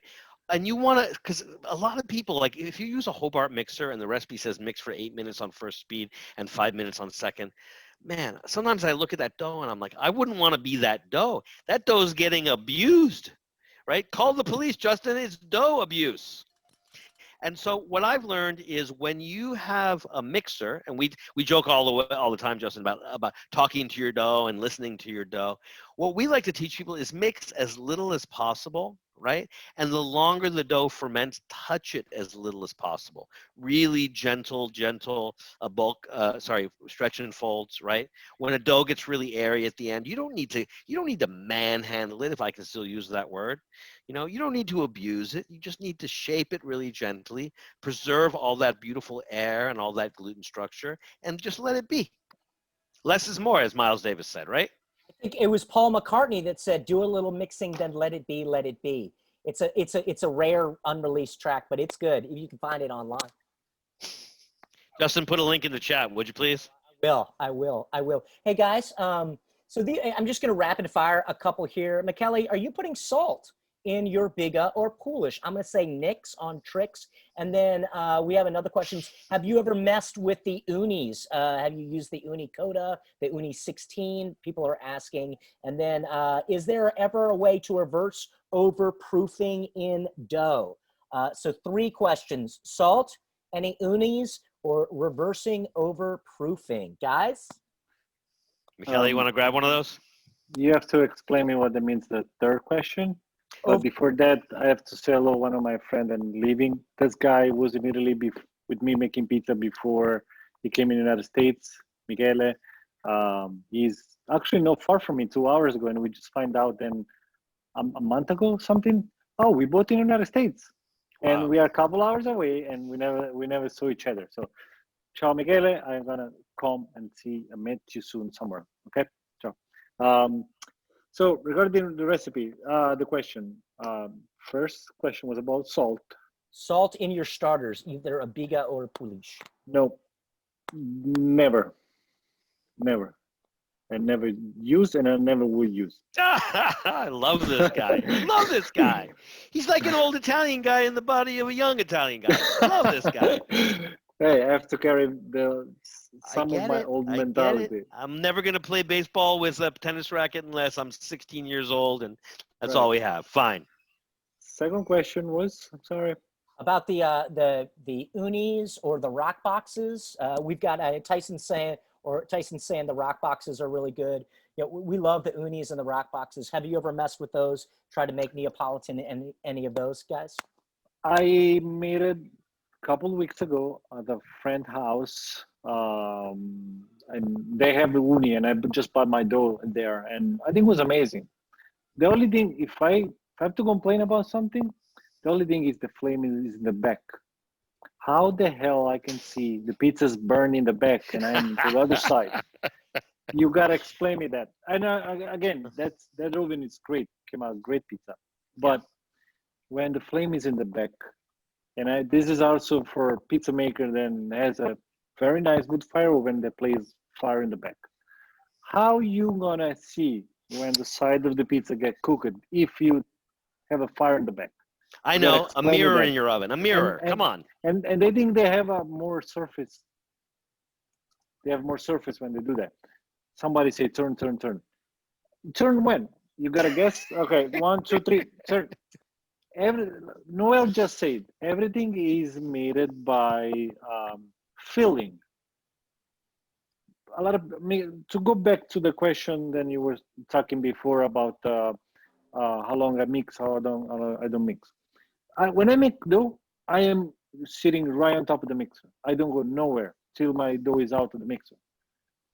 Me too. Because everything is changing. It's 3 seconds you have different dough. Right. You have to be careful. So how do you think you can see your pizza in the back if the flame is on? Aha. So Michele, that's the third thing we agree on. When you're I mixing, love it. don't It's leave. a great oven. Yes, I agree. It's a great oven. I mean, it's a great oven. I love the pizza that came out. So I don't know the difference between Rockbox and Uni. I thought it was the same brand or same oven, different brand. I don't know. I don't have it. I just worked one time with this Uni, the small one. That's what I know. Yeah, they have the 16 now that has the flames on all 3 sides. I think that they're trying to. I think that a lot of people might have had a similar complaint that the little fire at the back, that you got to look all the way in the back, and then I was looking at like an idiot because my wife say go to this friend house from Italy. They're from Milano. They have a house on the water. Beautiful. I made my dough. I made a great dough. I went there and I burned the first 2 pizzas. They said, "Are you a pizza maker or what?" And I was trying to understand, and the flame in the back, and I kind of see when the pizza was getting, caramelization on the crust. Yeah. So that's why I love them. They're great, but just the flame on the back is. So we're going to be doing some classes here, just so people know. I'm going to bring in some of my friends that do pop-ups, and we're going to be doing Uni and Rockbox classes, because I think that so many people are using them now. And I got to say, I was skeptical about all these ovens, but like I actually just got the new Uni 16. It's still in the box, and I can't wait to get it out there. It's because it's got that wraparound flame, right, Justin? Not just in the back, but like probably 180-degree flame. That's amazing. just told me that on the Uni 16, it's just on 2 sides. Oh, I got to open up my box. Perfect. They heard me. Yeah. Yeah. They just heard me. So guys, we have a question about some, and then the Sorry, last I think you skipped the third question. one was about overproofing. Overproof is never good because you can get back. You gotta adapt yourself to something to, roll the dough again. Don't roll twice. Make a bread if it's left. And if you cannot do anything, what I do sometimes I come back home from demonstration, and I usually travel with my dough box, with small dough box. Come back and maybe I use one tray, and I think about it. What am I gonna do with this? Throw it away? No, I come back. Go in a car, overproof. I forget about. Go home. I say, oh, I have the dough. Come back. I put in a pan, and I bake it. So, but don't get at that point. Try to save the dough much earlier. Yeah. If your dough is overproof, that means it's a mistake or something is wrong in either in the recipe, either in the process, or either in the way how you store your dough. So Justin, we get that question a lot about overproof dough in class, and the French have a term called pâte fermentée. I'm not French, I don't speak French, but I'll just say the translation for that is old dough. And so a lot of what I do in pizzerias is try to help owners save money. So for instance, what we'll do is if I have a mixer that's a 80-kilo mixer, maybe I'll only mix 75 or 60 kilos of dough in that mixer. Right? I'm always saving room for 10% or even 15% old dough. Now, I don't mean the dough that's been sitting in the back of Michele's car for 18 hours and it's totally overproofed. I just mean old dough. It's still savable. It doesn't smell too bad yet. You can use that dough in small quantities to improve the quality of your new dough. But, basically an old dough is an old dough. I don't know what you can do with it. You can beat your dog with it. I know I'm going to get complaints. Don't beat your dog. But actually, here's Justin. You want something funny? This is funny. I mean, I think it's funny. You won't think it's funny. Pizza makers say, "Oh, you can make bread with it." You know what bread makers say? "Oh, you can make pizza with it." What do you think about that, Michele? I agree, right? Yes. So, actually, I learned that I have much more respect for the bakers than for the pizzaiolo.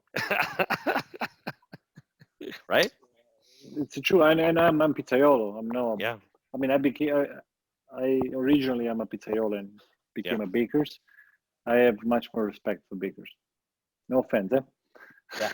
Yeah, no offense. No offense. No, come I on. mean, to somebody listening. Yeah. No, don't worry about any of these guys. They're good. Okay, so we've got a couple questions here. Somebody's in the UK. Jimmy is in the UK. He can't get that Wisconsin brick cheese. He's currently using cheddar and a Mott's mix for Detroit styles. Michele, you ever mess with a Detroit? I think Adam Kuban and some other people who Peter Reinhardt might say a Munster would be good in there too. We're trying to get Jimmy's talking about cheese crowns here, guys. Any if you can't get the brick cheese, what do you guys recommend? So my experience about Detroit was when I was researching about Detroit, no one was making Detroit. Not to be the one that I discovered Detroit. I didn't. But it was 2014 or 15 probably. And New York City, no one Detroit, and not even in the area. So happened that Orlando Food sent me to Detroit, and I was so happy to go. And I went to Buddies, and I went to everyone, and I realized then when I came back, the brick cheese was only in Detroit. Now I didn't look it around, and then after I came back, and even now, if now brick cheese is available, but that time was not even available in New York, so I'm not surprised then it's not available in UK or other part of the world. My recommendation is you can get a nice ring, or how they call frico, or whatever the right word to describe that, with any dry mozzarella. Maybe somebody's gonna be upset, but that's my opinion. There you go. Yeah. Justin, I think we've done some experiment with the aged mozzarella, and we find. What do you find? Do you find that the whole milk mozzarella burns faster, or the skim? Skim definitely burns faster than the whole milk. Yeah. So I think a lot of people I notice, like in New York and in San Francisco, they mix their skim and their whole milk. And I find that if you put too much skim in, the frico crust will burn. So a whole milk mozzarella, I use grande, but there's a lot of whole milk mozzarellas, will caramelize, but they won't have that burnt acrid flavor and that super dark color that you really don't want. The research that I've done is you really need something with a higher fat content. Yeah. That's why the cheddar works well, because the cheddar, like if you use the low moisture skim, that'll burn. The cheddar with the higher fat content and maybe some Munster or something. You know, I mess with everything. I put Colby in there. I'm trying to figure it out, because I cannot get brick cheese either in Los Angeles. So, Kelly, I got a question for you. Greg wants to know, what's your favorite deck temp for wood-fired pizza? 750, 850, 900, 11? So if I have to be traditional with you, I never measure the deck temperature. Oh, I love this guy. So glad he's here. It's true, because in Naples, where you go, you don't measure, temp floor. They're just baking and banging pizza after and after. When I back into when I learned making pizza or bread at home with my mom used to turn up the oven without having any temperature gone or something, and she was firing the oven till all the bricks, it turned from black or dark to white, and that means the oven was a temperature. Yeah. And then she was cleaning the oven from the ash, to make the oven go down with temperature, and then there's more window of time. That's when I was baking pizza. Yeah. Before the oven was get too low, and she was baking bread. So I have to be honest with you, I never really measure the temperature, because I have to be in the right spot where you are between 60 to 90 seconds baking time, and that means you are in the right temperature. If you're too high, the pizza will be burned. If it's too low, pizza is going to stay more than 1 minute 30 seconds. So try to be in the windows, and I know it's not a good answer for you, but it's a great answer. That's why we're co-teaching. I'm saying it's not a good answer from who asked the question, but It is because, once again, it's a sliding scale. There is no, because that's what we say, there is no like one size fits all when we're talking about pizza.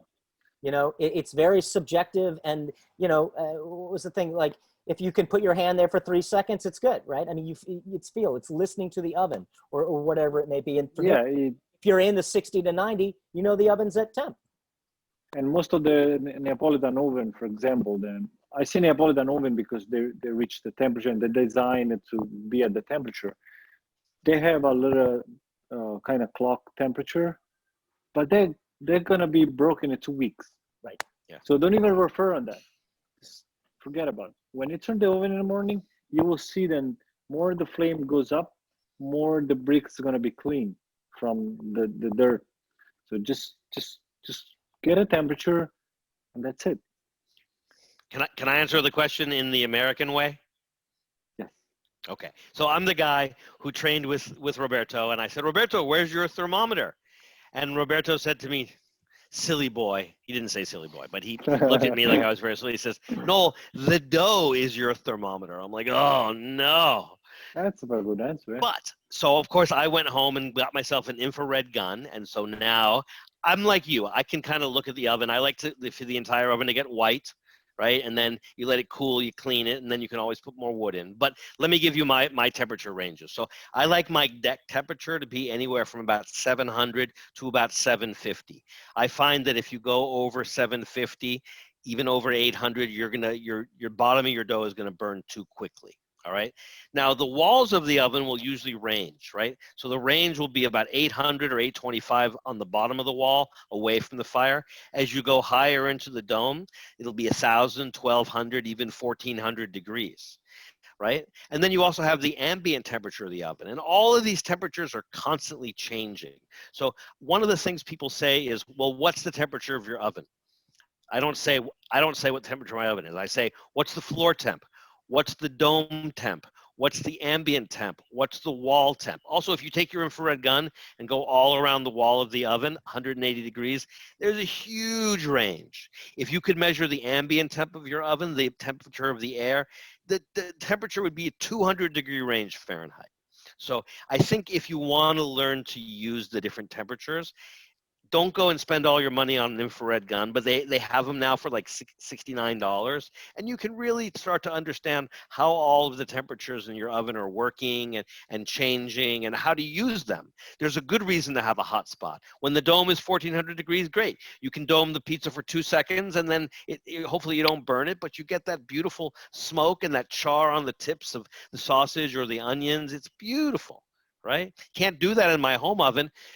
Michele, what happens if you dome your pizza and you're in that oven behind you? Anything? Mozzarella gonna stick in the... Exactly. No, But again, we talk about this a lot in all of my classes. Michele, you're very lucky because you may have learned to use a wood-fired oven to start. I didn't. But now that I've used a wood-fired oven, what I realize is that when I go to someone's house to cater a party and they have a convection oven, right? I'm like, great, we can use convection because in a wood-fired oven, when you see the smoke going around like that, that's convection right there, right? If they have a broiler on the top, I'm like, great, that's almost like doming. The last 30 seconds you put it on broil, that's awesome, right? Or you can do this, you can spike the oven with the broiler before you even start baking, and then you turn it off right when you put the pizza in. That's kind of like putting like sawdust or twigs on the oven, so that the oven kind of spikes. Then you put your pizza in and it dials down the temperature, but you get that beautiful oven spring, right? So you can learn so much from a wood-fired oven about all the other ways of cooking. I just want to add the one thing that you say, and I mentioned something before. You remember I said before when someone put in the wood fire, the flame on the back, and that's what you say now. You say that it has the smoke and the heat that it goes around. If you put in the fire in the back, the first thing the fire will go from the back, will go on the dome and get out and escape.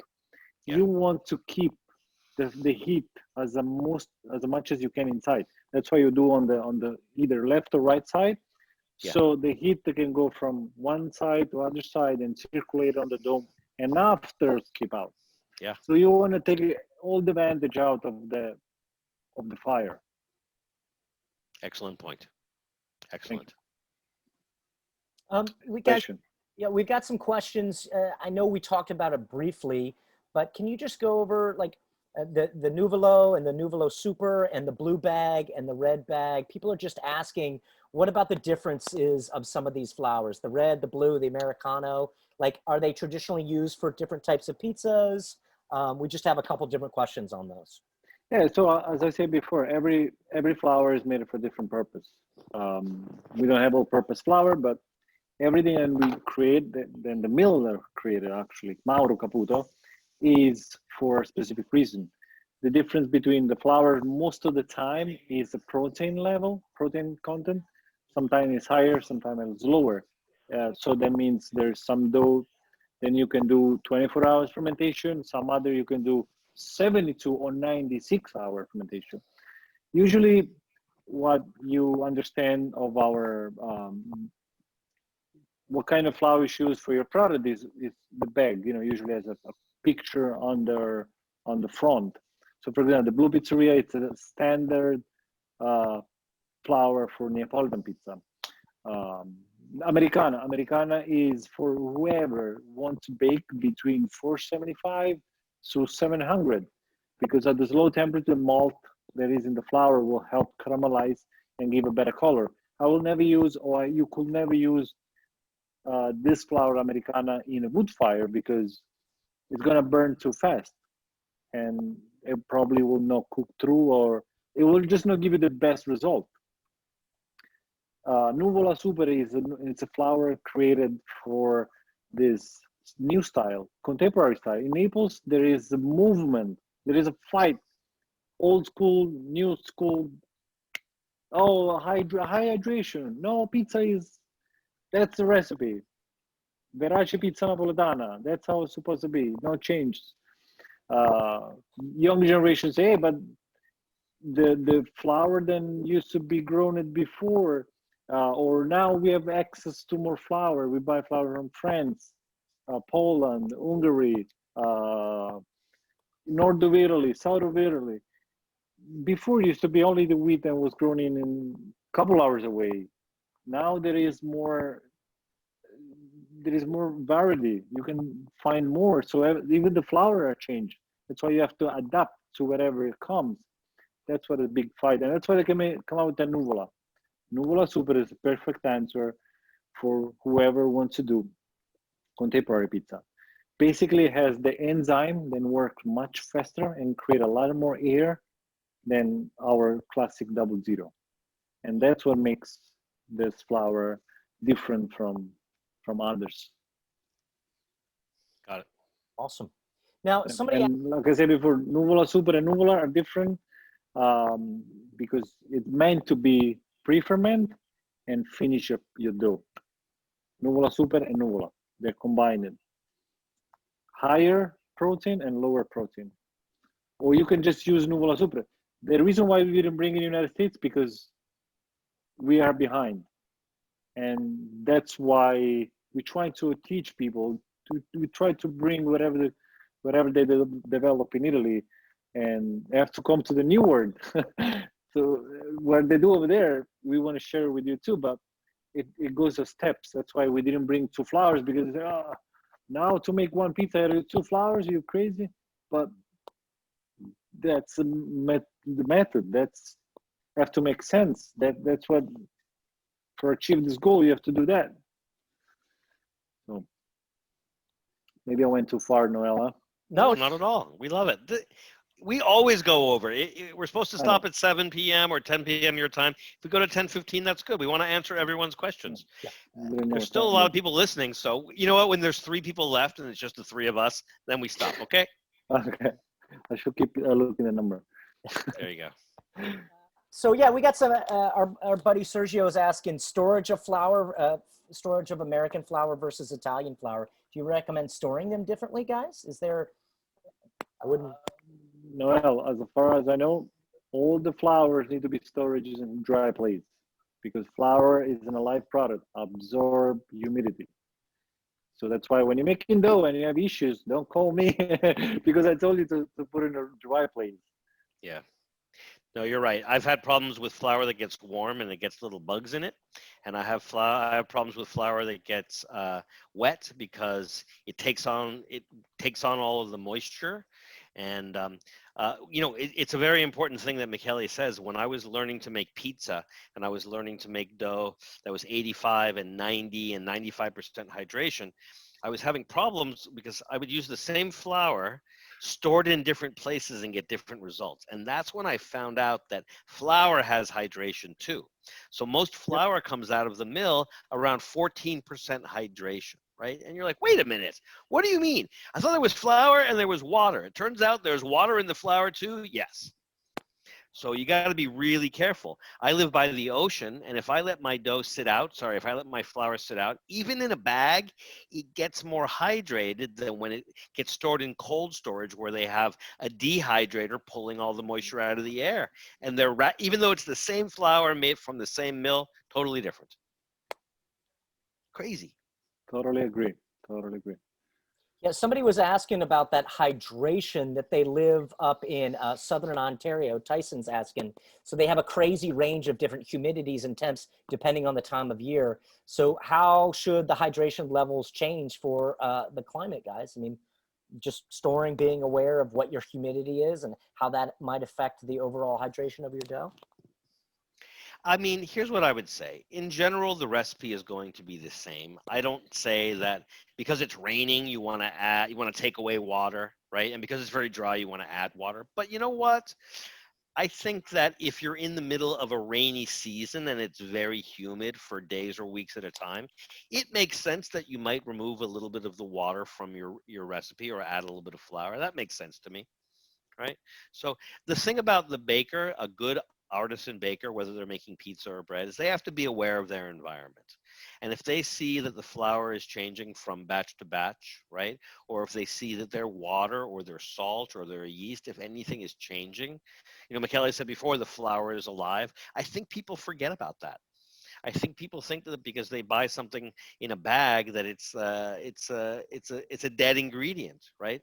And maybe salt is dead. Probably it is, but yeast is not dead, and flour is not dead, and water is definitely not dead. So we all have to be aware of our changing environments, and that's people. What people ask me about? Barometric pressure. How does barometric pressure? I don't know, because I never mixed dough in a high altitude or baked. One day when I go to Colorado or when I go to the Swiss Alps, I have an invite to go to the Swiss Alps. I can't wait to go to the Swiss Alps, 14,000 feet above sea level. I'll let you know how barometric pressure affects the bake and the mixing. But for right now, I don't have any Actually, firsthand experience. I went up to Vail Yeah. 3 years in a row making pizza there. Honestly, I didn't notice anything. But wait a minute, I've got a book that says barometric pressure affects the dough.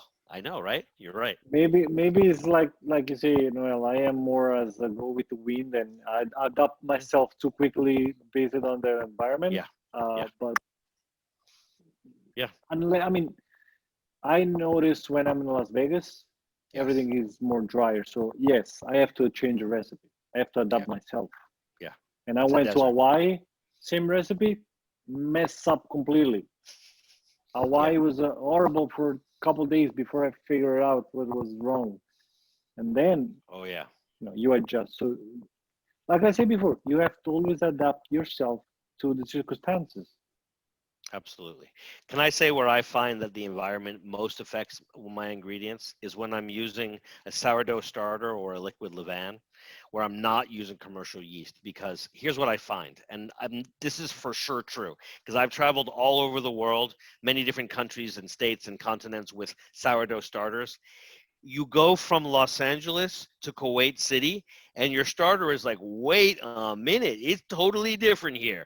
And it puts on the brakes, and maybe for a week it behaves differently. It's not till it gets acclimated again that it starts to behave the same, right? It's eating different flour, different water, the air is different, right? Everything changes. So I can, right? Yeah, no, you can give me Caputo Blue and 60% hydration and fresh yeast and salt, and I could pretty much make the same product anywhere. But if I'm not using fresh or instant dry yeast, if I'm using sourdough, all bets are off. I might get lucky, but I might not. Yep. All right. Guys? Justin, yes. Can you make a Biga or a Poolish using a sourdough starter? No, it's not Biga. It's your version of it. And my answer is yes, absolutely you can, but it's not Biga. For instance, on my quest to understand Biga, here's what somebody said to me. One is Biga and one is Biga Naturale. Michele? Yeah, that's why I say it's your version of it. It's not the Biga recipe and it's not the Polish recipe. It's your version of it. There is nothing wrong. It's gonna act different in the recipe as the Biga recipe is. Yeah. So You know, I'm like Michele when it comes to mixing styles, because I was taught that the short mix is one thing and the improved mix is another and the intensive is another. That's it. If you have an auto lease, it's not a short mix, right? If you're mixing on eighth speed, it's not an improved mix. Words have meanings. If no word has no meaning, then how can we talk? Right? yeah. So a biga has a meaning, an autolyse has a meaning, a pat fermente has a meaning. If you want to give it a different meaning, great. But how can you communicate with anybody else? I like One it. plus one equals two, right? Oh, Not gee. in everybody's universe. Let's not get into math, guys. I've got a question here. Paul's asking, and I like this one because we talk about this one a lot. Is there an optimal temperature you're trying to reach during or after mixing before your refrigeration or retarding of the dough? Don't know. We talk about DDT a lot. Michele, you ever talk about DD tizzle? No way. I don't know what that means. DD tizzle. Nobody knows what that means It's because he one of just his made up words. that word. He made up a word. DD tizzle is, nobody knows what that means. So in the French tradition, they have something called, well, we in America, we give everything another name, but desired dough temperature. So here's what I know, Michele. If you say, what's your DDT to an Italian, they'll say, I don't know. But if you take your thermometer and you put it in their dough is always in Naples 78 to 80 degrees. Always. That's their DDT. If you go to New York City and you say, what's your DDT? They say, I don't know. You put your thermometer in their dough, it's 70, 72. So your desired dough temperature is based on the tradition. It's based on the location. It's based on the fermentation schedule, you know? So I'm like Michele when it comes to temperatures. Yes, the answer is Neapolitan is always 78 to 80 degrees. New York is always 70 to 72, et cetera, et cetera, et cetera. And then if you want to break the rules, fine. Right? Yes, but also the optimal question to someone will be, what are you trying to make with this dough? Yeah. You're trying to do a very long fermentation.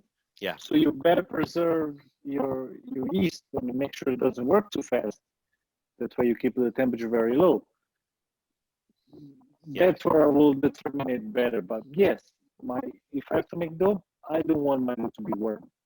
It has to be in the range of 70, 72, 75 the most. Because also, once it goes higher than that, the dough is more losing. It's more elastic, and it's hard to handle when it's hot. That's why when you do high hydration, you have to be careful to the hydration, and you use a cold water because you don't want temperature to go up, but to stay in this range. Absolutely. So Michele, here's a question for you. How old were you the first time you used a thermometer to make pizza? A couple years ago. Couple years Good ago, answer. How about this? How old were you the first time you used a scale to make pizza? I think right in the beginning. At the beginning, okay, so that's interesting. No, at home, no with my mom. And beside the salt, everything was, I need more water, I need more flour. Besides salt and yeast, everything else was colored. And also, I'm a precise person, so I have to have everything under control in terms of quantity. Yes. Very good. Very good. What else? I've got a question here. We were talking about in our recipes, because we scale them out, and if we do use a pre-ferment, a Biga or a Poolish, usually we're subtracting the water, only the water percentage from our overall recipe. Do you guys, when you make dough, do you ever subtract the flour percentage from the overall recipe? It's kind of something that we discuss, and we say yes and no. So I kind of wanted to put it out there and you know, just see what you guys had to say about that. Thanks. That's an important question. and that's a very smart question. But yes, so all my recipes are based on the flour. Um, and you guys hear me? I'm freeze. No, we hear you. Yep. Okay, because Noel, you didn't move. That's why I thought I was freeze. Yes, everything is based on flour, and when I do the pre-ferment, I really need to know what kind of what's going to be my recipe tomorrow. I cannot just make Biga. Okay, I make it at Biga. Tomorrow, I just need to know how much flour I'm going to use. From the total of this flour, I'm going to take a number that can vary. This number can be from 1 to 99%, or even 100%. And I took this percentage of flour out, and then with this percentage, I make my pre-ferment. It can be either Biga or Poolish. Now, let's say I make 10 kilos of flour recipe. I take 20% of this flour out. So I take 2 kilo. With this 2 kilo, I'm going to transform in Biga or Poolish. So this Biga is going to have the 45% of water. And tomorrow I have to combine that with the rest of the flour. And then I have to subtract from my desired hydration whatever is in the Biga or in the Poolish. There you go. Good answer. So here's what Justin and I have been looking at. So we do beginning, intermediate, and advanced. And so one of the things I discuss in the advanced class is that when you're making a dough with a pre-ferment, you actually have 3 different total formulas. You have the formula of the pre-ferment, you have the formula of the dough with the pre-ferment as a percentage, maybe 40% Poolish or 20% Biga or 30% pet fermenté, whatever. And then you have the third formula where you combine everything, right? But I don't like to deal with that too much in the beginning and not even that much in the intermediate class. So sometimes if somebody asks me a question in the beginner class, I'll give them the short answer. And depending on the flour they're using, depending on the recipe we're using, I might just say, just subtract out 200 grams of water, you'll be fine. But Michele made a good point that he's thinking about everything when somebody asks him a question. So in general, if you want to base something off of the flour, right, and you know your total flour weight of the whole recipe, then you can just adjust the water. So there's a lot of ways to answer the same questions, and I think it depends on how you like to think about things, right? I noticed that when I was learning to make pizza from Italians, everything was based on a percentage of water, right? And the flour changed. It was the same for me in the beginning. Right. It was the same for me.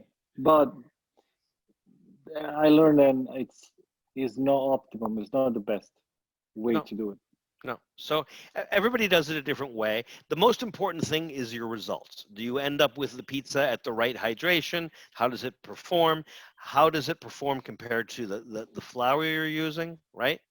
I can already tell Michele, one of the issues we're going to have, especially in COVID, and this is why I didn't want to teach online classes, everybody's using a different flour. All right. When you come to work with me, I use this flour for this recipe, this flour for that recipe, and a third flour for a third recipe. When we used to mix in class together, we had 4 different doughs and 4 different flours, sometimes more. But during COVID, people get what they can get. So in some cases, people will be using Caputo. Some people will be using King Arthur. People will be using Central Milling. Maybe they'll just be using whatever they get at Trader Joe's or Ralph's or the grocery store. So we're going to have to adapt, and we're going to have to answer questions. And when people sign up for classes, we give them our email addresses so they can email us, and we'll help them figure it out. Absolutely. Right? As Justin always says, one size does not fit all. Isn't that what you say, Justin? All these answers, usually it's a sliding scale, guys. Sliding scale. That's what's fun. And we talk about pizza as kind of like that idea of like an adventure, a pizza quest, to use Peter Reinhardt's, idea that we're always finding out new ways. And then you always have a new different oven or a new different style. And you just keep making, keep baking, and keep feeding people pies. That's what I love about it. Because I love things like pizza. I love hanging out with pizza. So Paul is asking, do you add yeast before or after the auto lease? And I have an auto lease. I have an auto lease with my credit union. It's for my Sweet Silver Saturn. Pay it off. Justin, you're going to confuse Michele. You're using French words, and come on. It's my auto lease, so I've got it for my Saturn. I pay it on the 1st. No, that's your auto lease is the lease of your automobile. That's the wrong spelling, Justin. AUTOLYSE. The yeast goes in after the auto lease, unless you're using a pre-ferment. Then it goes in before. Very Michele, do you auto lease in Italy? So you'd be like Justin. An auto lease in Italy is whatever the lease you have on your car, right? It's an auto lease, right? Auto Auto lease. lease, yeah. That makes, Yeah. now I get it. Now Now I get you get the joke. Just so you know, we make that same joke in every class. So you'll after the Okay. the 70th class, you'll be like, all right, I know that joke. I'm sure most of the people that are watching this are like, oh, not again, Justin. Not that joke again. I know, Justin, we use it in the beginning and the intermediate class. What if people take both classes? I love it. I love that joke. I love it every time. Don't change. I'm never. No, are you kidding me? I haven't changed this shirt once. I haven't washed it since we started doing classes. I love Dave it. would like to know, would you use a pre-ferment in a 2 to 3 day cold ferment, or is that pointless? Would you use a pre-ferment in a 2 to 3 day? Now, Danny, it doesn't say cold ferment, but I'm assuming that would be the case because 2 and 3 days at room temperature, you're going to be blown out unless you have like no yeast or anybody. I will not use pre-ferment if I have to go that long. Oh, we agree on a fourth thing. I'm writing it down. Excellent. Unless I was finished, unless it's a Poolish. Because I would Poolish, say it's unless it's a liquid levain or a sourdough. That's what I would say. perfect. Excellent. We agree on a fourth thing. I thought we were only going to agree on 3 things. It's actually plus 1. You've been surprised. Amazing. I'm surprised. So, I want to say a couple of things about that. The reason why you do a pre-ferment is because you quickly develop a lot more aroma, flavor, and benefit without doing a longer fermentation. Period. That's the reason why we do pre-ferment sometimes, or most of the time. Not because it's just cool. Yeah, no, exactly. So and I tell this to people all the time, the same thing, Michele. When I work in bakeries, right, we have, at the end of the day, we prepare 3, 4, 5, 6, 7 pre-ferments, right? And then you get there in the morning and you mix all your dough. In a bakery, you mix the dough in the morning and you sell it in the afternoon or the evening, right? Maybe you do a late mix in the evening and that stuff is ready for breakfast. But it's a quick mix in a bakery. With pizzerias, you have extended fermentation, and with extended fermentation, you have beautiful flavors, beautiful colors, incredible properties, and you don't need the pre-ferments as much as you do when you're working in a bakery and you have a very short window of opportunity for your pizza, for your dough. There are a lot of pizza guys out there that think it's cool to use levain, cool to use Poolish, Biga. Maybe it is, but is it necessary? No, not if you learn to manage fermentation properly. Very, very good. So guys, Joe's asking about, I know, Michele, you mentioned malt earlier as maybe one of the only sugars or that you might use. Do you find that using malt speeds up the fermentation with the rate of sugar in it, so you need to keep it at lower temps to keep in the fermentation in check? I mean, like, because I feel like the malt, when I use sugar, I feel like I get a longer fermentation. When I use malt, I feel like the yeast loves malt more, and usually that dough doesn't have the same life that I can get out of a sugar dough. What you notice is right, but what's different is the what's called the sugar affecting on the yeast, malt affecting on the gluten network too. So it makes the gluten network weaker, the malt. I have an answer to that question too. I love this. So I didn't used to use malt in pizza, and then I started working in bakeries, and they don't use sugar unless they're making a sweet dough. So they use malt. And here's what I know about bakeries now. There's 3 different kinds of malt that they use, right? Well, So I specified before what kind of malt I was using. exactly. So Drier. here's what I notice. That's what If you're using non-diastatic malt, it's very similar to sugar because you're just the malt just adds a little extra color. It allows the dough to get more caramelized.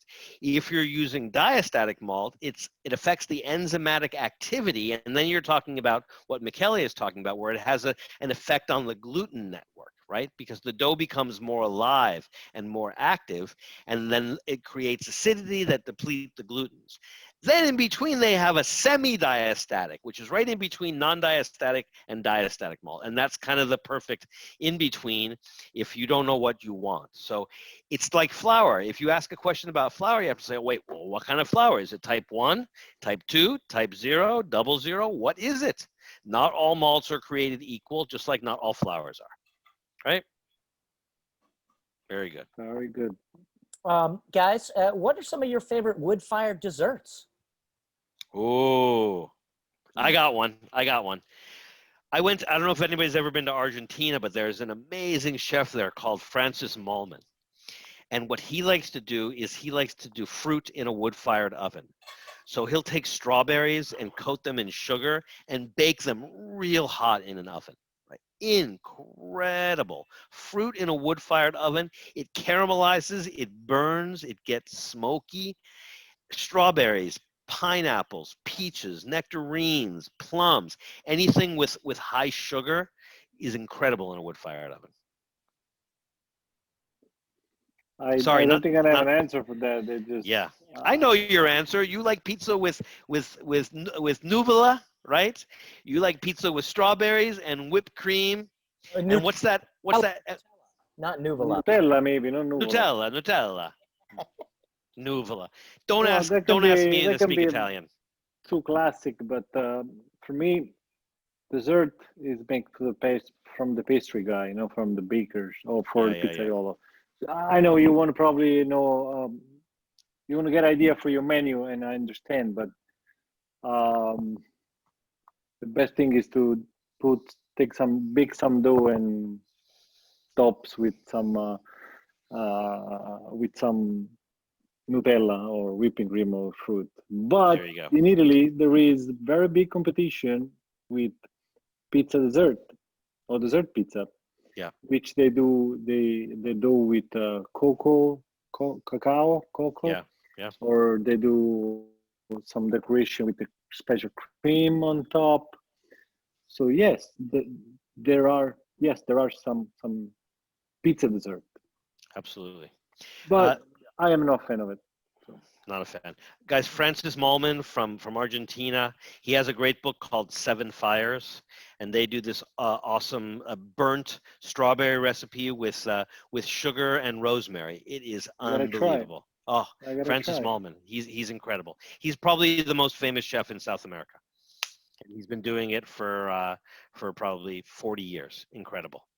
He only cooks with fire. This book, The 7 Fires, it's 7 different ways to build a fire to cook with, right? From a fire in an oven to a fire under a cross to cook like a whole animal. Incredible. He cooks bread right in the embers. The dough is cooking in the fire. He's incredible. He's a true fire master. There's a chef's table with him, right? When he's there definitely is. There definitely throwing is. stuff on. Guys, we got a question about cheese. Let's just talk about cheese for a second. Usually the fresh Mott's that they get is pretty wet. It's not creamy like the Buffalo. Can't find the Florida Latte in the Northeast. What characteristics should they be looking for? We're in the Northeast because, That's what they say. I mean, if you don't find mozzarella, you're either in Alaska or... Hey, don't make fun of our attendees. We need them, Michele. Without them, we wouldn't even be here. But what do you guys think? Like, what do you like when you? I mean, a lot of people don't use fresh mozzarella until after the pizza comes out because it's too soggy. I mean, I don't know. I mean, what I like, I don't usually put fresh on during my bake because it's just like a wet sponge on top of my pizza. Anything? Because you don't treat this raw material right. I mean, not raw material, this product right. You should cut the mozzarella at least a couple hours before if you want to all the water to get released and get drier product. Then you don't want to have any wet water on your pizza. Yeah. Michele, I can ask you a question. This is a big issue with a lot of American pizza makers, and I think your answer is actually something that more pizza makers should understand, that you have to drain the mozzarella. A lot of people just think, oh my God, it's Italian mozzarella. They take it out of the bag, it's swimming in water, they put it on a pizza, and they wonder why their pizza's so wet. Look at him shaking his head in disgust. I love this guy. But you know, you just don't take the material out of the bag and put it into the oven. You have to, right? Yeah, everything we have to treat differently. Yeah. So in this case, the mozzarella, since it has a lot of water, you have to cut, chop, and drain. Yeah. And then and then use when it's drier. I mean, not that you have to dry the mozzarella, but just you have to let it drain to Yeah. expel the excess water that it has inside, Absolutely. and that's it. And you can take it right away and from the No. water bucket and rip it on the pizza. No. You're gonna have a wet pizza. Yes. Yes. I think it brings up another really important issue that, a lot of what passes for pizza in the United States is really just a commercial product. And by that, I mean, the flour comes from a big mill. It's not really alive anymore. The cheese comes from a factory. The sauce is like not really from ripe tomatoes, et cetera, et cetera. But in Italy, the tradition is so different because you're dealing with flour that traditionally was maybe milled in your town or not too far away, right? And the buffalo mozzarella comes from preferably buffalo where somebody milked it a few hours before, right? And then you're putting it on your pizza like the same day, not Made 2 in the months same later, day. the same Made day. in the same- I mean, honestly, I didn't. I don't think I was in my. I think I was in my 30s the first time I went to Italy, and I saw that I couldn't believe how good the mozzarella was, and I was like, "Stop everything! Why is it so much better here?" And they looked at me like I was crazy. They're like, "Because it's fresh." I'm like, "We have fresh mozzarella in the United States. It says fresh buffalo," and they're like, "Oh my God, stupid American! That fresh buffalo was frozen." You're getting it 3 months later. This was milked and made this morning or yesterday at the longest. This is truly fresh. I had no idea. No Yep, idea. and that's that's something that people should have an adventure and discover by their own to Yeah. understand this big difference between Yeah. America and US, or especially in this Naples area. We're tomato growns. Yeah. We have the best buffalo. I mean, the buffalo only in the area. They're produced there every single morning. Yeah. So Yeah.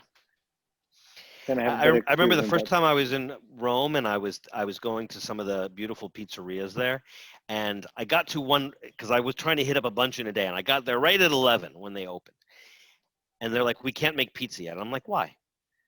They're like, "Well, we don't have our cheese." I'm like, "Well, why not? Did somebody forget to buy the cheese?" They're like, "No, it's not here yet." I'm like, "Well, shouldn't it have been here yesterday or last week?" They're like, "No, it comes on the train every day from Naples, right?" And I'm like, "Oh, you got to be kidding. Don't, that sounds crazy," but it was true. It was true. And so, they literally like make the stuff in the morning, they put it on a train, and by the evening, it's in Rome.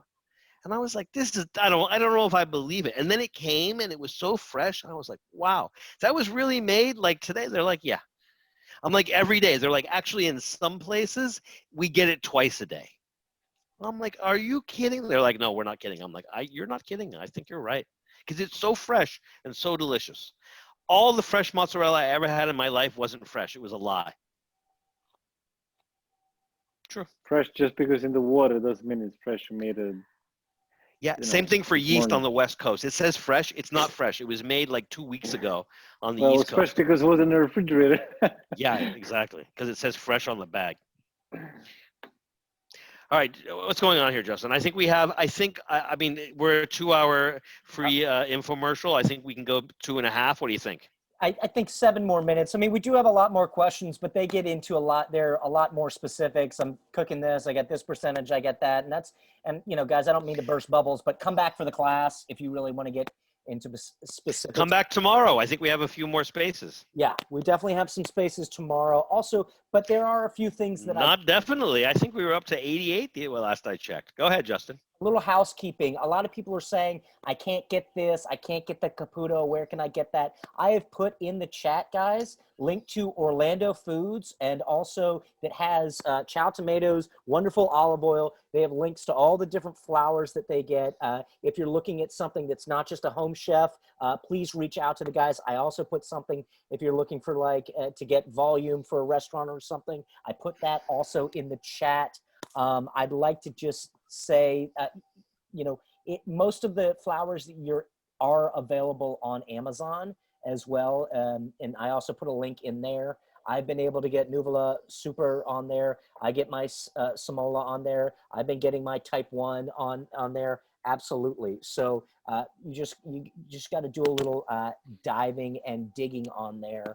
But real quick, can we just before, and then Noel, we had some questions about links to the tomorrow's class. Is that on the site? Where can people find that?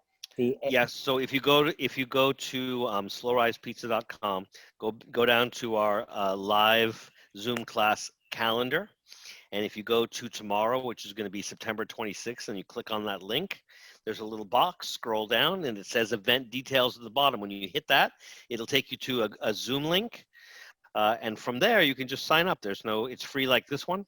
I will go ahead, guys. I'm going to go ahead and put that in the old chat. So, hey guys, can we just talk, some people were asking about, I'm going to throw a couple ones. Can you just talk a little bit more about the differences between the Neapolitan traditionale and the 2.0? I know we kind of mentioned it and glossed over it, but can you talk about what that means and what maybe the characteristics are of some of those? We had some questions about that. Michele, take it away, baby. Well, what I would say more as tradition is, I really say very simple. Tradition is make flour, water, salt, and yeast for that amount of time, a certain temperature. Then usually Naples is not specified, and leave it. When it's ready, you bake it.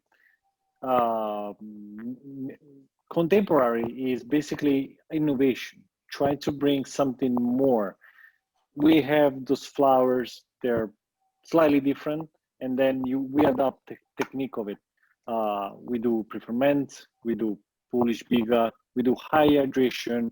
We cook in the pizza lower temperature than 1,000 degrees, and basically because you have a high hydration dough and you cannot expel this water, this humidity in 60 to 90 seconds. You maybe need 2 minutes. And then that's what the change is.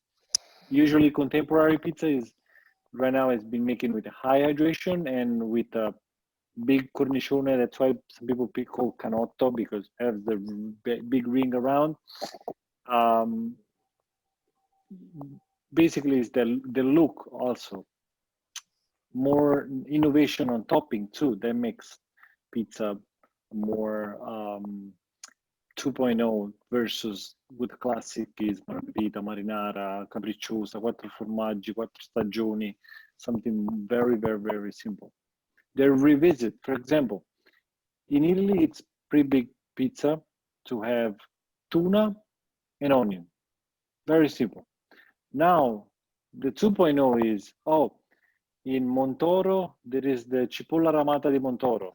So we get this onion because it's a DOP onion.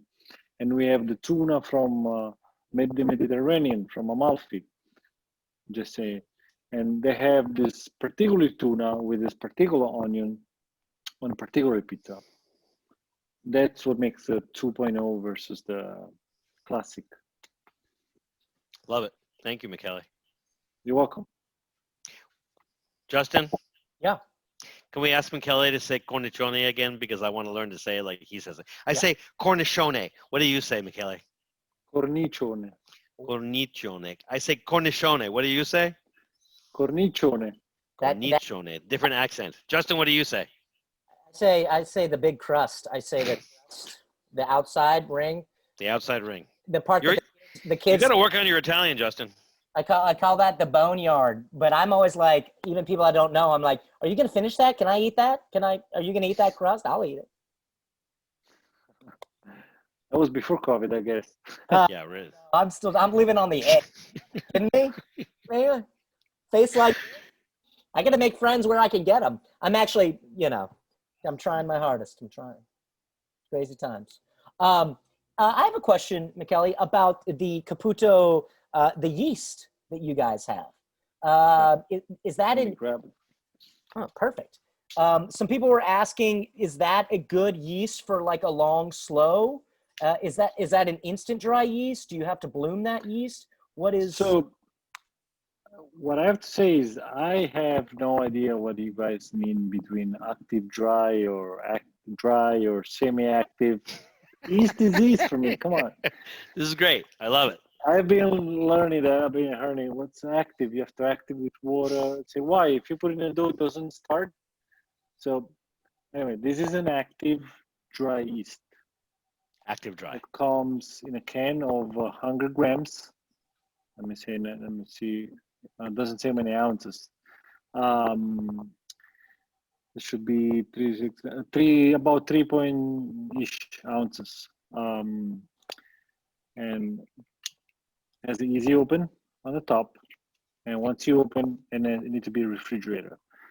What can I say about this yeast? Like I said before, once I saw the graphic of how the yeast is working or performing, this yeast is performed much better in a longer fermentation. And it will Very good. give a better result. Not then give a better flavor. There's nothing to do with it's gonna taste better. It doesn't gonna affect it on the tasting. It's gonna affect it on the fermentation. You're probably gonna use less, and it works for more. So a little bit of yeast for a longer fermentation. Now, do you have to put that one in the water, or can you add it just dry to the dry ingredients? What I do, I add this in the flour. Got it. I never add the dry yeast. I never add in the water. I dissolve the fresh in the water, but I don't add the dry in the water. Now, It's for me. It's a way. Then I see then incorporate better the dry when it goes in the flour and the fresh in the water and melts better. that's what we do. I mean, we use. I mean, what we call that is instant dry yeast, and we just add it to the dry ingredients as well. I mean, that's what we've been doing. And Noel, we had a question. And Michele, you just kind of answered that with this one.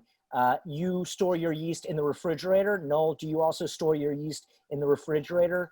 I at the beginning of COVID, I was lucky enough to have 2 bags of yeast, 2 of the little pouches, and one of my pouches went in my freezer and one lives in my refrigerator for sure. Show you then. This one I just took from a refrigerator. This was open, and I kept in a refrigerator. And I usually use this as a measure. I mean, I put on a scale. What a genius! Is that Italian? Use the cap. I don't know if it's meant to be, but I put this on a scale. He's a pizza genius. I learn something from him every minute. We talk about this all the time. It's all about figuring out pizza hacks, right? I mean, it's just little hacks that make your life easier. I love it. You have to adapt yourself with what you have. I'm not adapting, all right? I'm done adapting. I'm sick of adapting. All I do is adapt. All right. Just calm down. That's what life is about. Kelly, I have a question about what you use and I'm gonna butcher this, but it's the Criscito, the dried ancient mother yeast. Criscito. So now I know that Caputo has that as a yeast too, but can you explain that? There is no a yeast that will not how do you say sustain your. I mean, you have to use yeast anyway. Okay. This is a plus. It's like helps the dough. It does a little bit what the pre-ferment does. So it goes to give you more flavor, acidity. Goes to help your gluten network to be stronger. We don't carry anymore in the United States because people doesn't really use it. They can't pronounce it. Right. Look at it. Crijito. So distributor will never sell because they'll never know what it is. It's the same thing for wine. Everybody could say Merlot, and then that became like the biggest seller in the 80s. Yeah, I've got a bag of it sitting here. I want to start mix. A bag of Merlot? Yeah, a space bag. I got a box Crijito. wine out of the bag, and I just kind of. I thought you were a box wine guy. You're a bag wine guy now? No, you take the bag out of the box of wine. Oh, got it. Space bag, baby. So I'm gonna have to start messing with that and get back to you. Some of the dried ancient mother yeast. I love it. All right, so I would love to stay on all night, but I gotta make dinner for my wife. I got 43 emails piling up over here. Michele, what time is it? Like 2:30 in the morning in New York? 10:35, and I have Pretty to much. have a dinner. You have to have dinner. Well, Because- you're because I Italian. You was don't have late. dinner until 11 o'clock. He's right on time. When I was in Italy, I used to go out at this time. Right. Before that, nobody was in the plaza. Exactly. In the piazza. Let me say right. I became too No, nice. say plaza. I don't know what a piazza is. Piazza is where you meet people. No, Aha. here you go out. Where you meeting people? Nowhere. In the mall. Back when Yeah, they were well, malls. Got 2 words for you: food court. Food court. but it's only junk food over there at the food court. I would be offended if he wasn't so right. Of course. If you're not right, you're wrong. Yeah, There's no other exactly. solution. Justin, Yes. I know that we could answer questions all night. Let me say a few things to everybody. Please say a few things to everybody. And I'm gonna do a little housekeeping, and then I'll let you talk, and then I'd love to hear Michele talk, and then I'll just wrap us up. Thank you.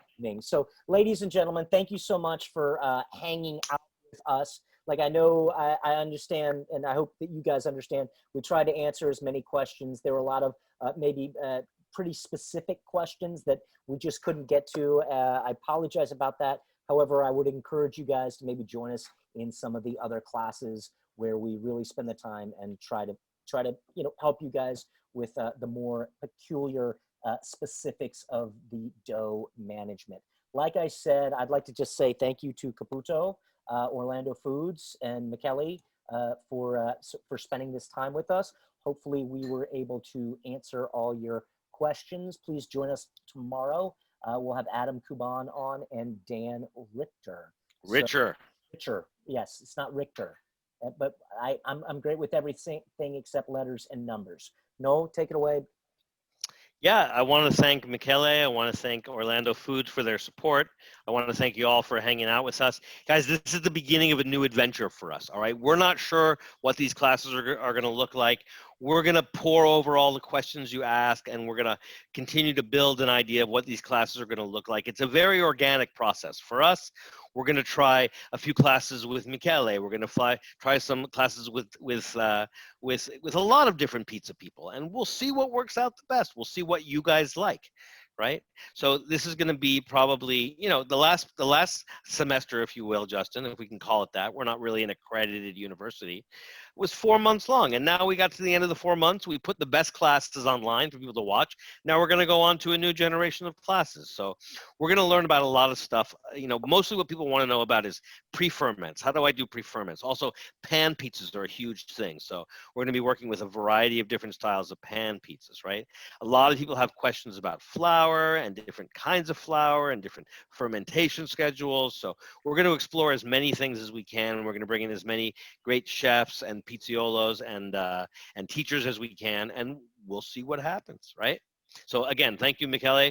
Had a great time hanging out with you. I'm looking forward to working with you next week. So we're going to do a class. When do we decide? Next Saturday? Next Sunday? October 4, which is Sunday. Next Sunday. So guys, here's what we're going to do for Michele. Michele and I are going to put our heads together tomorrow, and probably on Sunday, I'm going to write a class description, and by Monday, it'll be on the website. So we need to figure out everything we're going to do. We need to get all the recipes written and put them up for you guys, because the idea is once you register, you pay for the class, and then immediately you're going to get a recipe, right? And a fermentation schedule. And what we'd love for you guys to do is make the dough before we get to class so that we can all make pizza together. That said, we're also going to make dough at the beginning of class. So I can teach you and Michele can teach you all of the nuances to making these different kinds of dough, to using a Biga, to using a Poolish, right? To using a mixer. Everything that we do, all the questions that you didn't get answered tonight will get answered in the class. So thank you, Justin. Thank you, Michele. Michele, would you like to say goodbye before Justin takes us out?